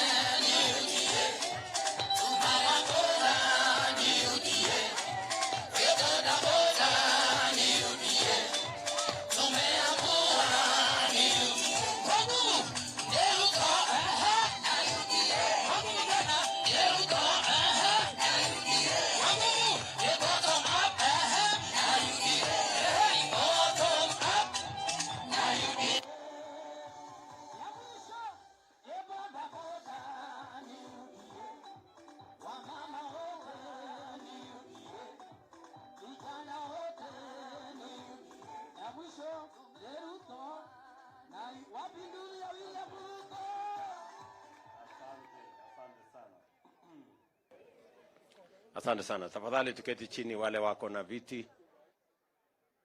Waheshimiwa viongozi wote, ndugu wananchi wa hapa Nyeri, ya mjambo. Ando aito Moriega. Moriega rege.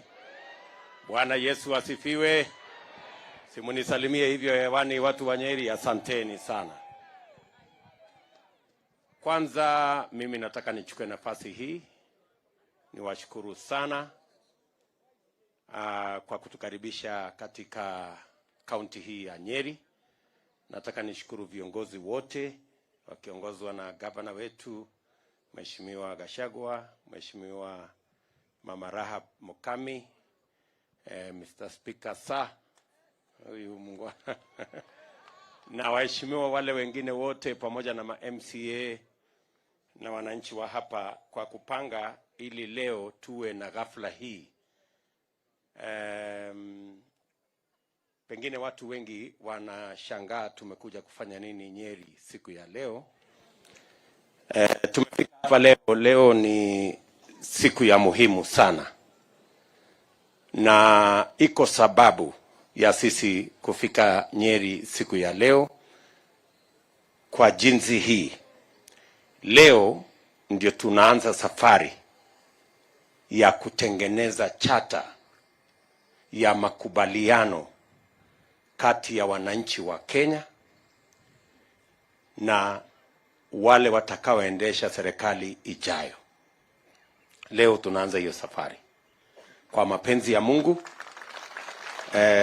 tunataka tukubaliane. Na tunasema hivi kwa sababu mnakumbuka pale mbeleni, karibu miaka 2 iliyopita, tulikubaliana na tuliwaambia tutabadilisha mjadala katika taifa letu la Kenya.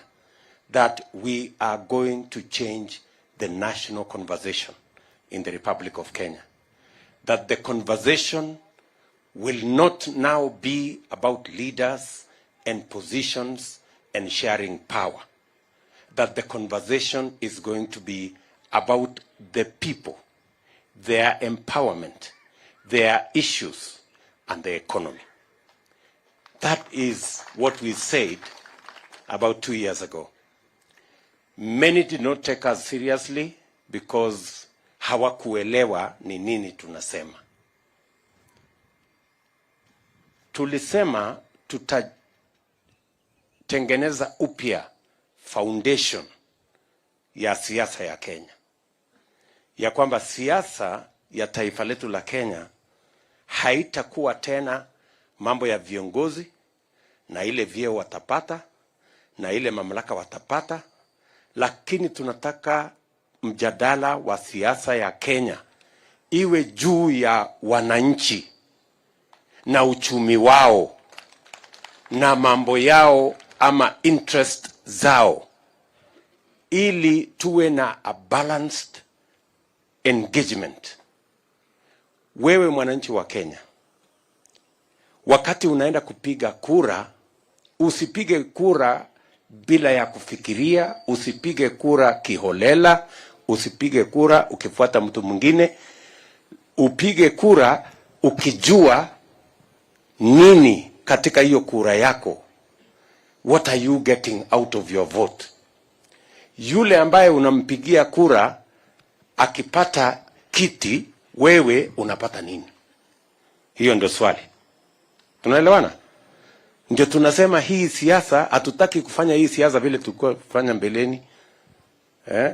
Ati sasa namna hiyo, alafu unapiga kura, alafu ujui sasa nimepiga hii kura ndio nipate nini.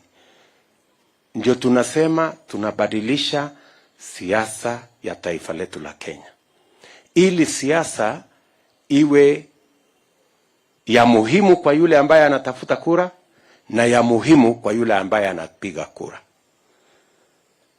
Haiwezi kuendelea ya kwamba tunapiga kura, viongozi wanapata, wananchi wanabaki hawajui wamepata kitu gani, alafu inakuwa guesswork. Tunaelewana? Wengine mnasikia wanazunguka kitendawili tialala ria sio nini, alafu wanapigiwa kura, mwisho haijulikani hii ria ilikuwa nini, hii tialala ilikuwa nini, lakini kura imepigwa. Tunaelewana jameni?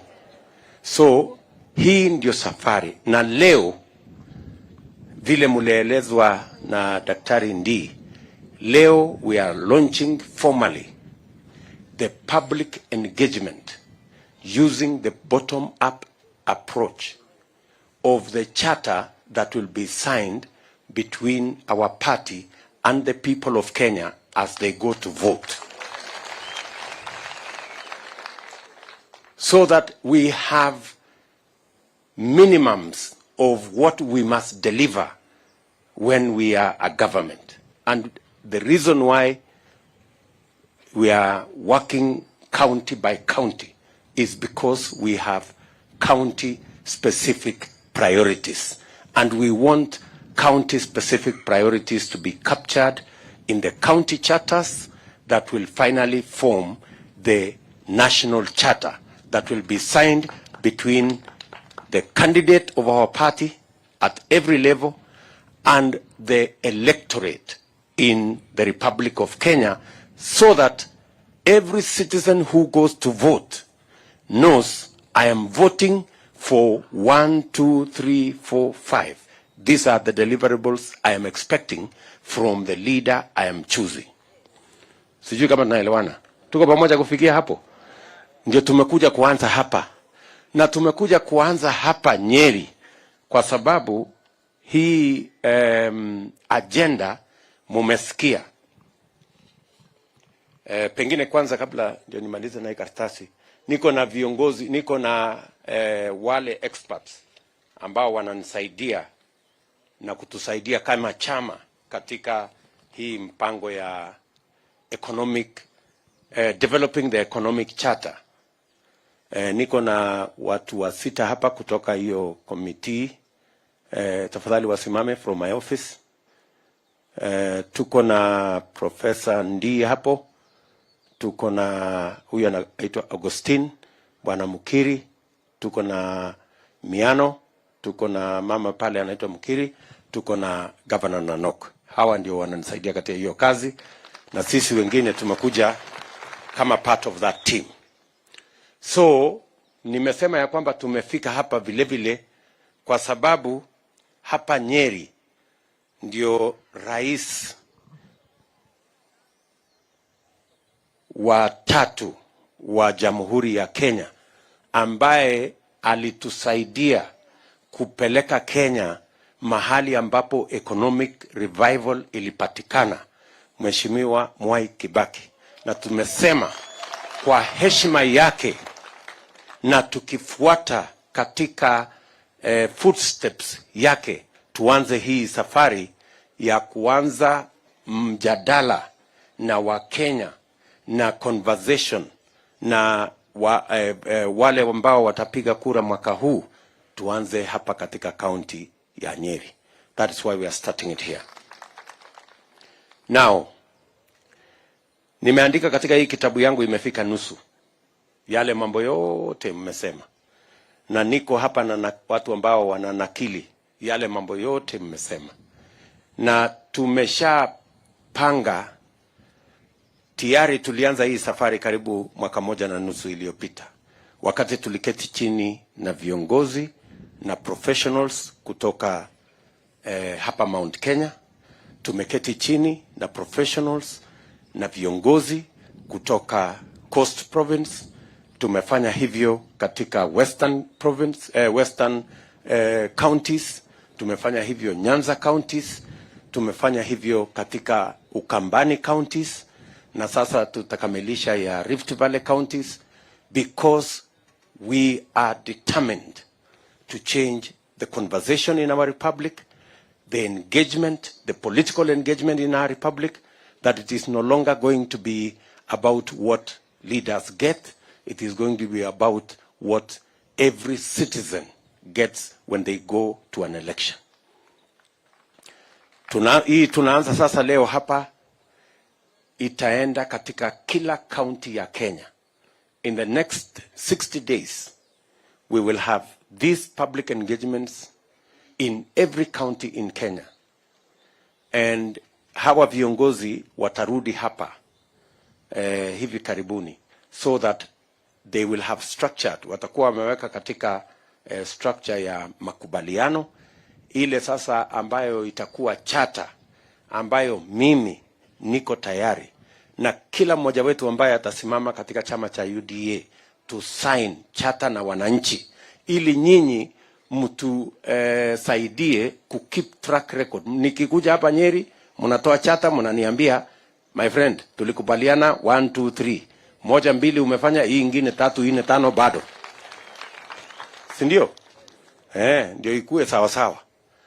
Na mimi najua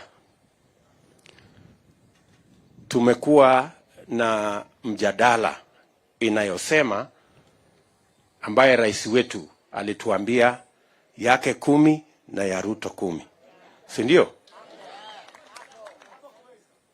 Lakini mimi sitaki 10 saa hii. Nataka tuandikiane kwanza hii mkataba ya miaka 5. Nikifaulu kwa hii miaka 5 muniongezee, lakini nikianguka kwa hii miaka 5 mtafute mtu mwingine. Si ni mzuri? Kwa sababu kama mtu hajafanya kazi ile alipatiwa, anaongezewa miaka ya kufanya kitu gani? Sijui kama naelewana. Mimi nataka tufanye hivyo, kwa sababu mimi niko tayari kwa hii mtihani. Kwa sababu mimi najua sitaanguka, lakini unaweza kujuaje? Pengine nikizembea kazini huko, mkuje mtafute mtu mwingine wa kuendesha maneno. Sijui kama tunaelewana. Because lazima tukubaliane, kila kiongozi ambaye anapatiwa nafasi ya uongozi lazima atimize yale mambo wamekubaliana na wananchi. Tumekubaliana? So mimi nataka kwa mapenzi ya Mungu tukubaliane, kwa sababu mimi najiamini ya kwamba mimi ni mtu wa bidii, na mimi naamini ya kwamba yale mambo tutakubaliana, Mungu atatusaidia na tutayatimiza. Sawa sawa? So mimi nataka mkataba kati yangu na nyinyi na Wakenya ya 5 years. Hii 5 years nikishindwa, mtafute mtu mwingine. Nikifaulu, mniongezee miaka ingine 5, alafu mtapati Mungu. Sijui kama tunaelewana. Nimesikia, wacha tu nitoe in summary yale mambo nimesikia hapa. Yale mambo nimesikia hapa kwa mambo ya, especially mambo yetu ya kilimo, wale wa chai, wale wa avocado, wale wa kahawa, wale wa maziwa, wamesema number 1, tunataka kuongeza productivity. Tunataka yule ambaye anapata maziwa kilo 5, tukifanya mambo tuwe na chakula kwa bei nafuu, huyo wa kilo 5 kwa ng'ombe moja anaweza kufikisha kilo 15 ama hata 20. Si ndio? Kama ni kahawa, kama unapata ule mzee alisema hapa tunaweza kupata kwa macadamia kwa mfano alisema 80 kilos, lakini tukipata mbolea kwa bei nafuu na tuongeze mbolea tunaweza kupata instead of 70 kilos tunaweza kupata 150 maybe even 200 kilos per tree. Si ndio amesema ule mjamaa hapa? So productivity ndio kitu ya maana. Ni vipi tunaweza kufanya ili mkulima ile mapato anapata saa hizi kwa shamba yake, kwa yule ng'ombe, hata kama the same cow, hata kama ni the same bush, how do we increase the productivity? By making sure, one, tuwe na subsidy ya inputs. Tusaidie wakulima wapate inputs kwa bei nafuu. Na nyinyi mnajua ya kwamba nilikuwa waziri wa kilimo, hiyo kazi mimi naelewa. Tukipunguza gharama ya mbolea, tukipunguza gharama ya mbegu, tukihakikisha kwamba mko na fingerlings ambayo ni ya kisasa, tukihakikisha kwamba ng'ombe zenu ni zile ziko na grade ya kutosha, tunaweza kuweka pesa mfuko kwa wananchi wakulima wengi. So hiyo jambo la kuhakikisha kwamba inputs ya ile kilimo tunaihakikisha kwamba iko kwa bei nafuu, hiyo ndio hatua yetu ya kwanza.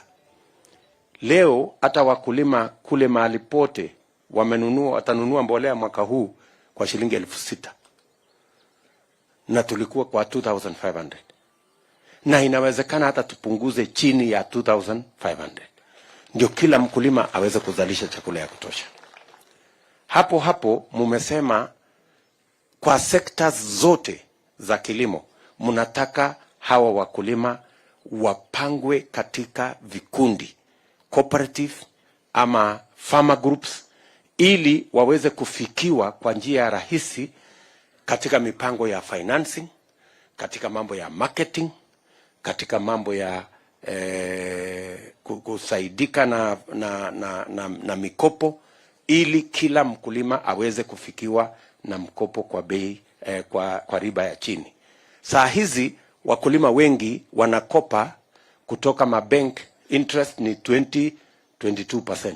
Si watu wengi wamesema hapa, hiyo mambo ya mkopo kwa wakulima, kwa sababu tuko na financial institutions ambazo ni za farmers kama AFC, kama zile zingine zote, there is absolutely no reason. Tulikuwa na mpango ya kuweka pesa ya serikali kwa AFC. AFC saizi wako na karibu bilioni 5 hivi, na ndio wanazumbuka wakipatiana pesa kidogo inaisha. Wakulima katika viwango zote, hakuna sababu hatuwezi kuweka pesa ya kutosha na interest iwe between 3 and 5%. There is no reason. Wewe mkulima kama unakopa na interest kutoka AFC na interest ya between 3 and 5%, hiyo mambo ya charges nyingi ya 20% ina reduce ile profit ya mkulima. So I want to give you my word that farmers will have access to credit that is affordable. Na farmers were all, kwa sababu wale wa avocado wanasema financing, wale wa kahawa wanasema financing, wale wote wanasema financing.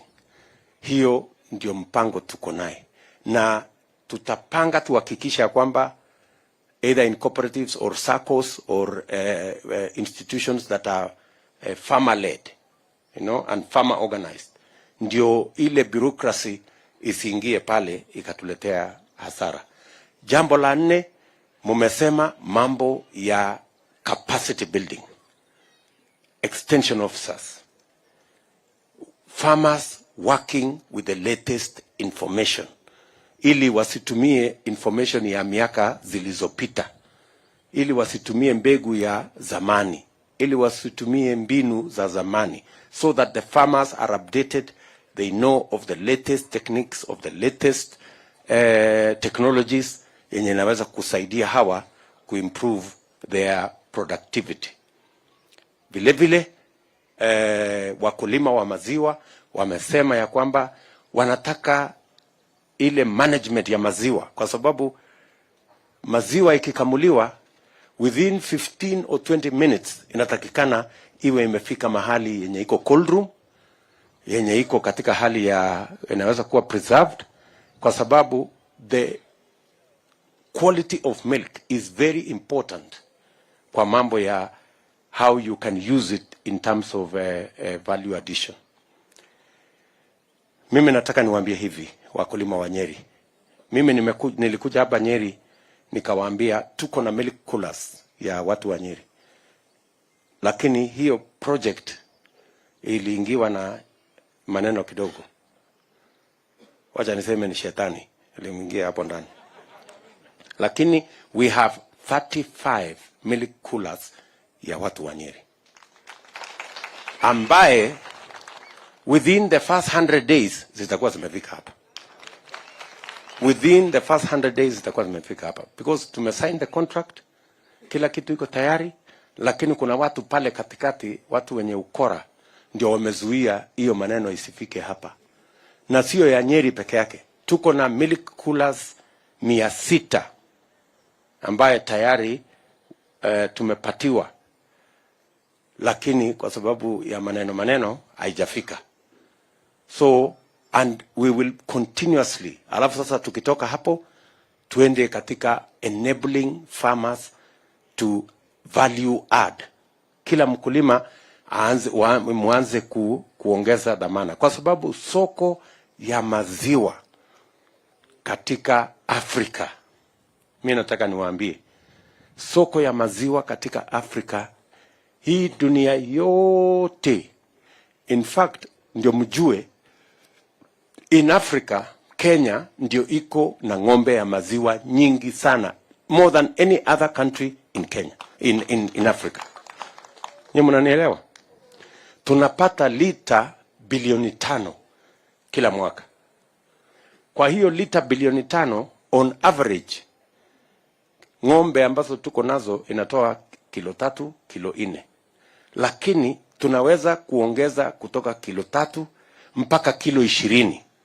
Which means we can double the amount of milk that we produce in Kenya, just by making sure, doing what ule mama alituambia hapa, ya kwamba to manage the cost of feed. The cost of feed. Nyinyi mnajua shida ya the cost of feed. We have thought through it with my economic team. Feed, shida yake kubwa ni kwamba tuna import soya, tuna import sunflower. Hata mimi kwa shamba yangu na import sunflower, na import soya kutoka Malawi. Na hiyo soya na hii vitu yote ambayo tunatumia, including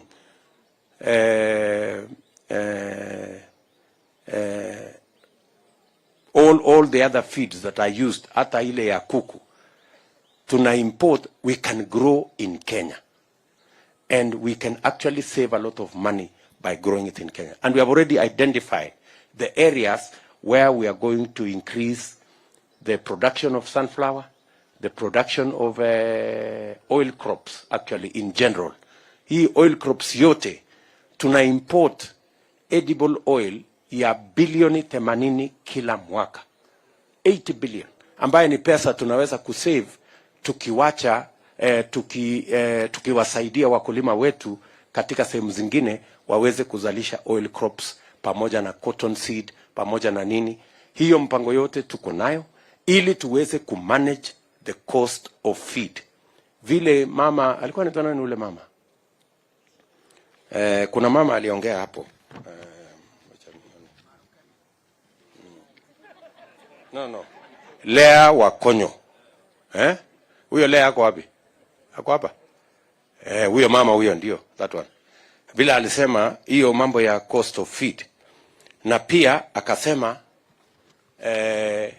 mambo ya value addition katika hiyo sector. So we can actually, nataka mnisikize kwa makini. Hii mambo ya maziwa, if we double the production of milk, and it doesn't require rocket science, na tuuze, hata tuwache kuuza nyingi, tukiuza hata 3 billion liters, tukiuza 3 billion liters, na tuko na soko kuanzia hapa DRC, hao watu wako na 90 million people, hawana ng'ombe moja. Hii DRC watu ya kuimba hii, kina hii watu ya sijana kwanda bongoma nani hawa wa kuimba, na wanafunga suruali wanafungia hapa, hiyo watu twende tuwauzie maziwa, si ndio? 90 million wako hapo, wengine hapo Congo Brazzaville, wengine hiyo Central Africa yote hiyo mpaka West Africa tunaweza kuwauzia maziwa, kwa sababu saizi wananunua maziwa kutoka Australia, New Zealand, sijui wapi. Na hiyo ni soko yetu ya Afrika. Na tuko na mkataba ya yenye inatupatia ruhusa ya kuuzia hawa, inaitwa Africa Continental Free Trade Area, ambayo Kenya ilikuwa number 1 kusign. So we have the mechanism to be able to sell. Hata tukiuza lita bilioni 3 peke yake kwa hii soko yetu ya Afrika, we will be collecting approximately between 200 and 300 billion shillings every year. In fact, milk will overtake all the exports we have in horticulture, in tea and in coffee, if we just do it right. So wakati mnasikia ule mama Lucy akisema, that is correct. Na hiyo ndio mpango sisi tumepanga na kundi letu hapa. Jambo la tano ambayo nimesikia hapa kwa vile mmesema ni mambo ya soko, the export market ya macadamia, export market ya avocado. Hiyo export market yote ya hiyo area lazima tutumie what we now call of economic diplomacy. Diplomacy si ile ya Cold War ya zamani. Diplomacy ya saizi ni diplomacy ya biashara. Tuko na soko, kwa mfano, wacha mimi niwaeleze. Tuko na soko China ya watu 1.6 billion. Si ndio? Pale nyuma tulikuwa tumekubaliana na rais ya kwamba hii soko ya China lazima tufungue. Na there is a reason why hiyo soko lazima tufungue. Hata tuwe na ambassador sio mmoja, tutafute ambassador 3 waende wakae China. Kazi yao ni kutafuta soko ya mali yetu ya Wakenya. Pale China mimi mwenyewe nimeenda. Avocado moja, ile huyu jamaa ndugu yangu alikuwa ananiambia, ule rafiki yangu alikuwa nani, 20 shillings. Ule mtu William Bwana Kithinji, avocado moja ile Bwana Kithinji hapa anauza 20 shillings. China hiyo avocado moja ni shilingi 150. Yes.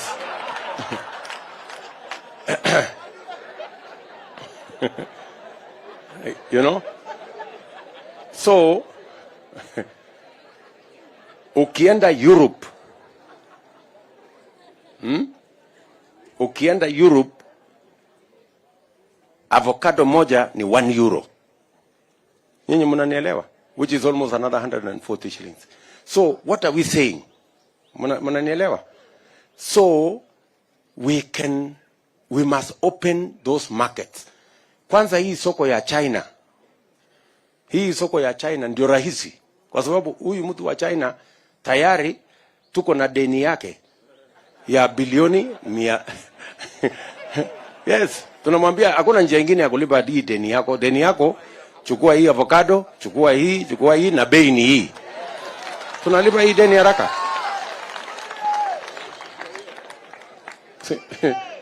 Si namna hiyo? Kwani makosa iko wapi? Kama mtu anatuuzia chuma yake, sisi tunauzia ile tuko naye. Na tunagawana hapo, biashara inaendelea sawa sawa. Ama namna gani?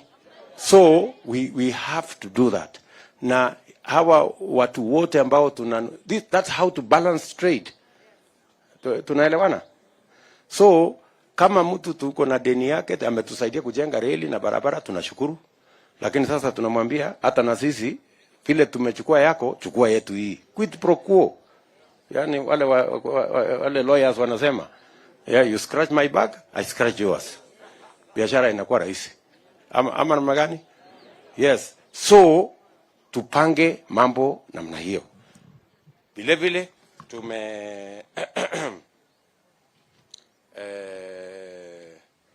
mambo ya sako, na nimeshukuru kuna muungwana mmoja hapa amesema mambo ya sako tuanze kupanga.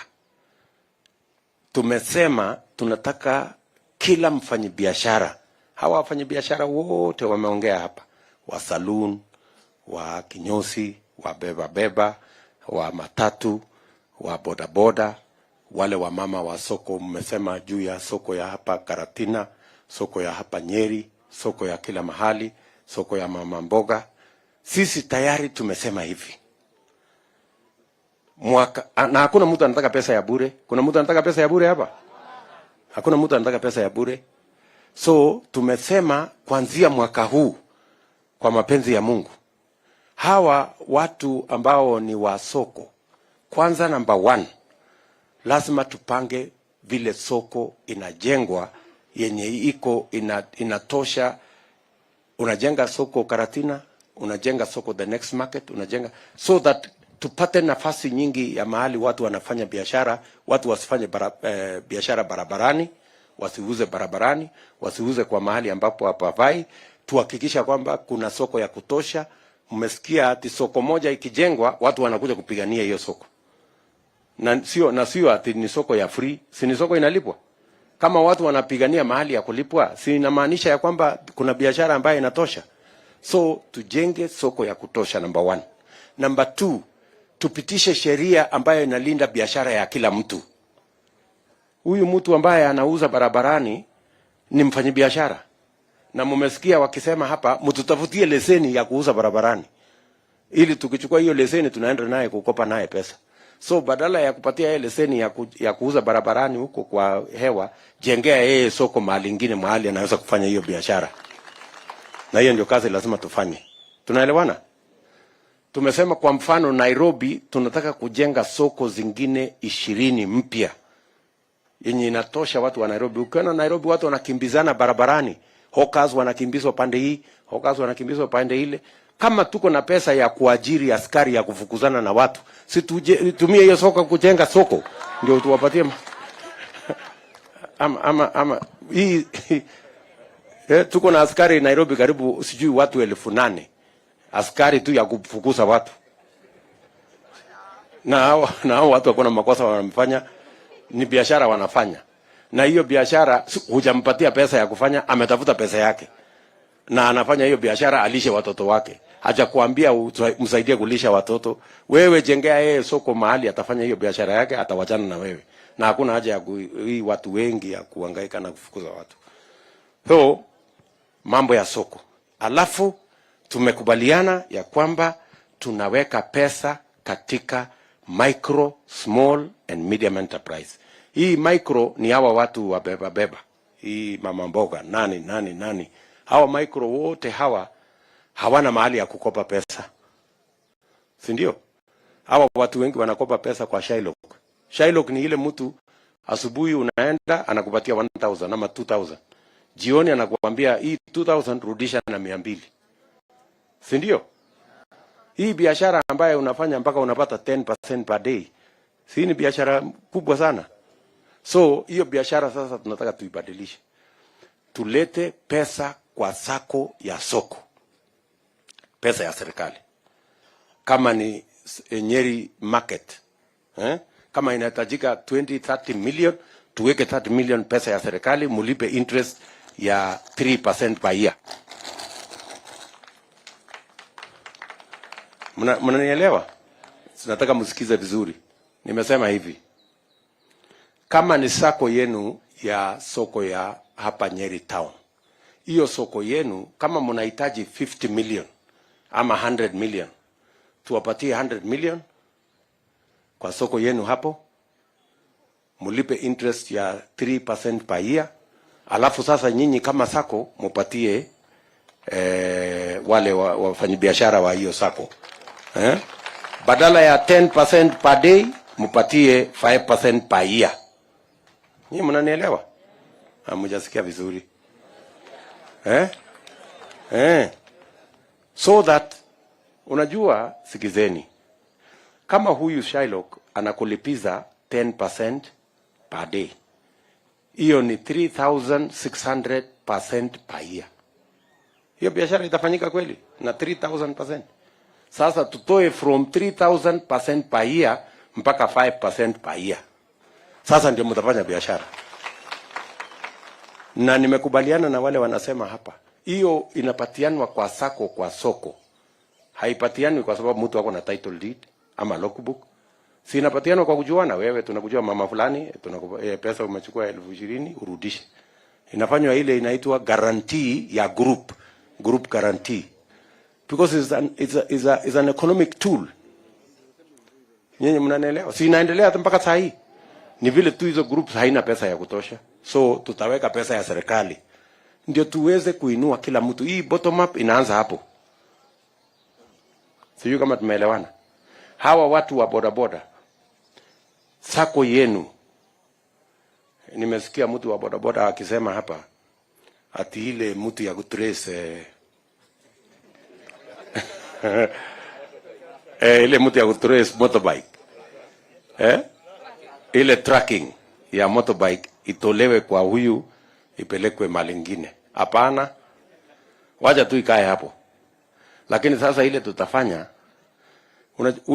unatoroka hii mtu kwa sababu anakikukopesha pesa, anakupatia pikipiki ya 100,000, alafu unalipa 280,000 kwa hiyo pikipiki ambaye ilikuwa ya 100,000. So hiyo ndio shida. That's the problem. So wewe tutakupatia pesa 100,000 hiyo ya kununua pikipiki. Lakini badala ya kulipa 280,000, tunakucharge 5%, unalipa 105 instead of ile. Sasa hakuna haja ya wewe kutoroka sasa. Hata tracking, akiwa na tracking hakuna mahali atakupa. hauna shida na tracking kwa sababu utakuwa na uwezo ya kulipa hiyo pikipiki. Ama namna gani? Saa hii kulipa hiyo pikipiki ni shida kwa sababu ile pikipiki ya 100,000 you are forced to pay almost 250,000. Si ndio boss ule jamaa aliongea hapo vizuri. So tutapanga namna hiyo. Na hiyo ingine na hiyo ingine na hiyo ingine financing. So we will sort out this financing problem katika biashara zote.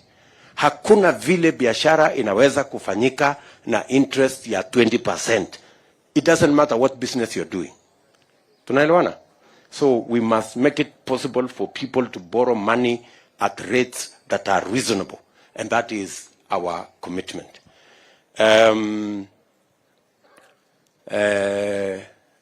Mtu mmoja pia amesema, nafikiri ule wa bodaboda, kuhusu akienda pale amepata accident, anaulizwa jambo la kwanza, wapi NHIF?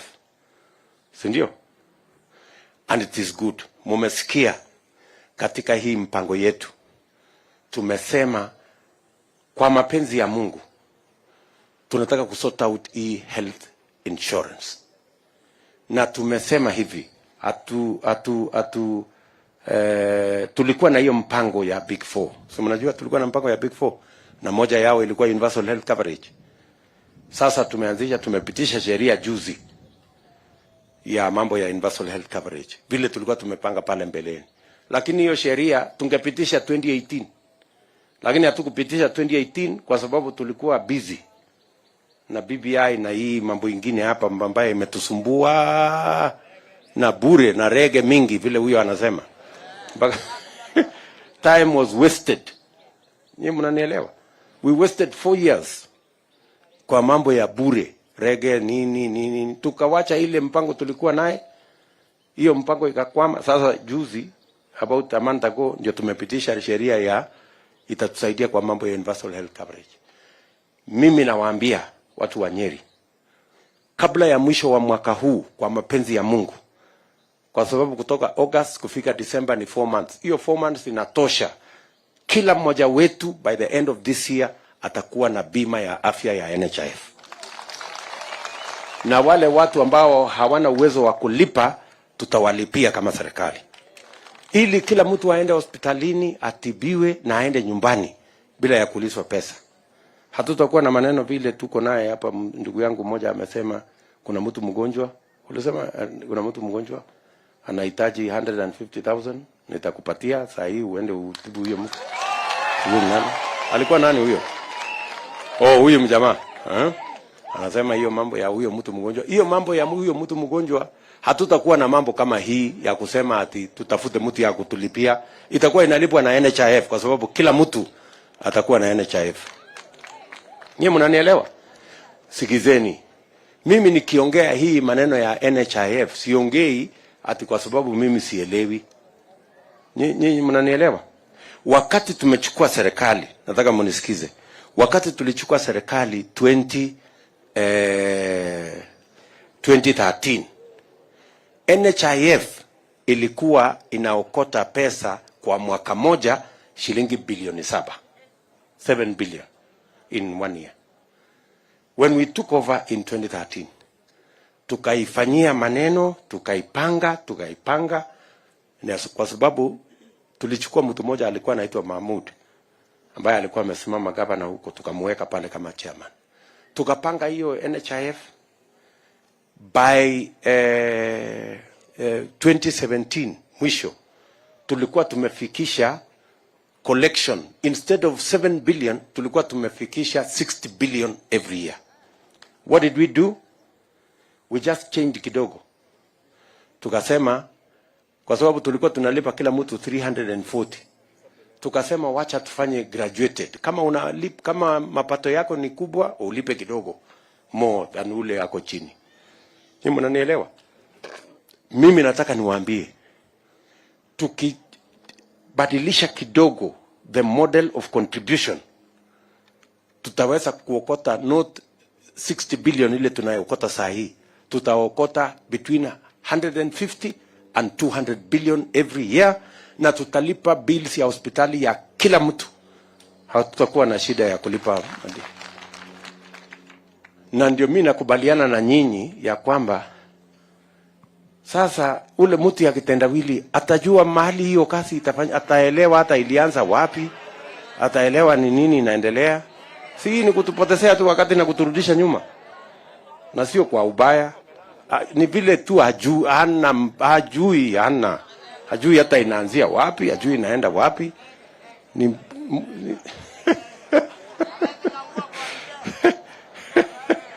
So hatuwezi kubali hiyo maneno. Hii mtu ya maneno huyu mtu tuachane tu naye. Wacha tupange vile Kenya itaenda mbele. Sijui kama tunaelewana. Tuko pamoja watu wa Nyeri? So sitaki kusema sana kwa sababu mambo yale ambayo mumeandika hapa ni mengi, but I want to give you my word that we will sort out the economy of our country. And let me tell you, we have no option. Mimi nataka niwaambie, tusicheze karata. We have no option. Mahali tulipo sasa, kwa sababu saa hizi ile deni tuko nayo katika Kenya, we must sort out the economy so that we can pay our debts. If we don't sort out our economy and pay our debts, this country is in danger of going to liquidation. That is the reality. Tusidanganyane. Nyinyi mnanielewa? That is the reality. Lazima to sort out mambo ya uchumi wa taifa letu, tuhakikishe ya kwamba we bring more taxpayers on board, we create a bigger tax base, more taxpayers, so that we can make sure that we can live within our means. Sitaki kusema sana hapo, lakini lazima niwajulishe hiyo maneno. Kila mkulima hapa, kama ni wa maziwa, kama ni wa kahawa, kama ni wa chai, wameuliza jambo moja. Hawataki kilimo iwe kilimo ya karata ya pata potea. Unaenda kulima, hujui kama utapata shilingi 5, kama utapata shilingi 20, kama utapata 50, unaenda tu kwa ile nitapata kwa maziwa.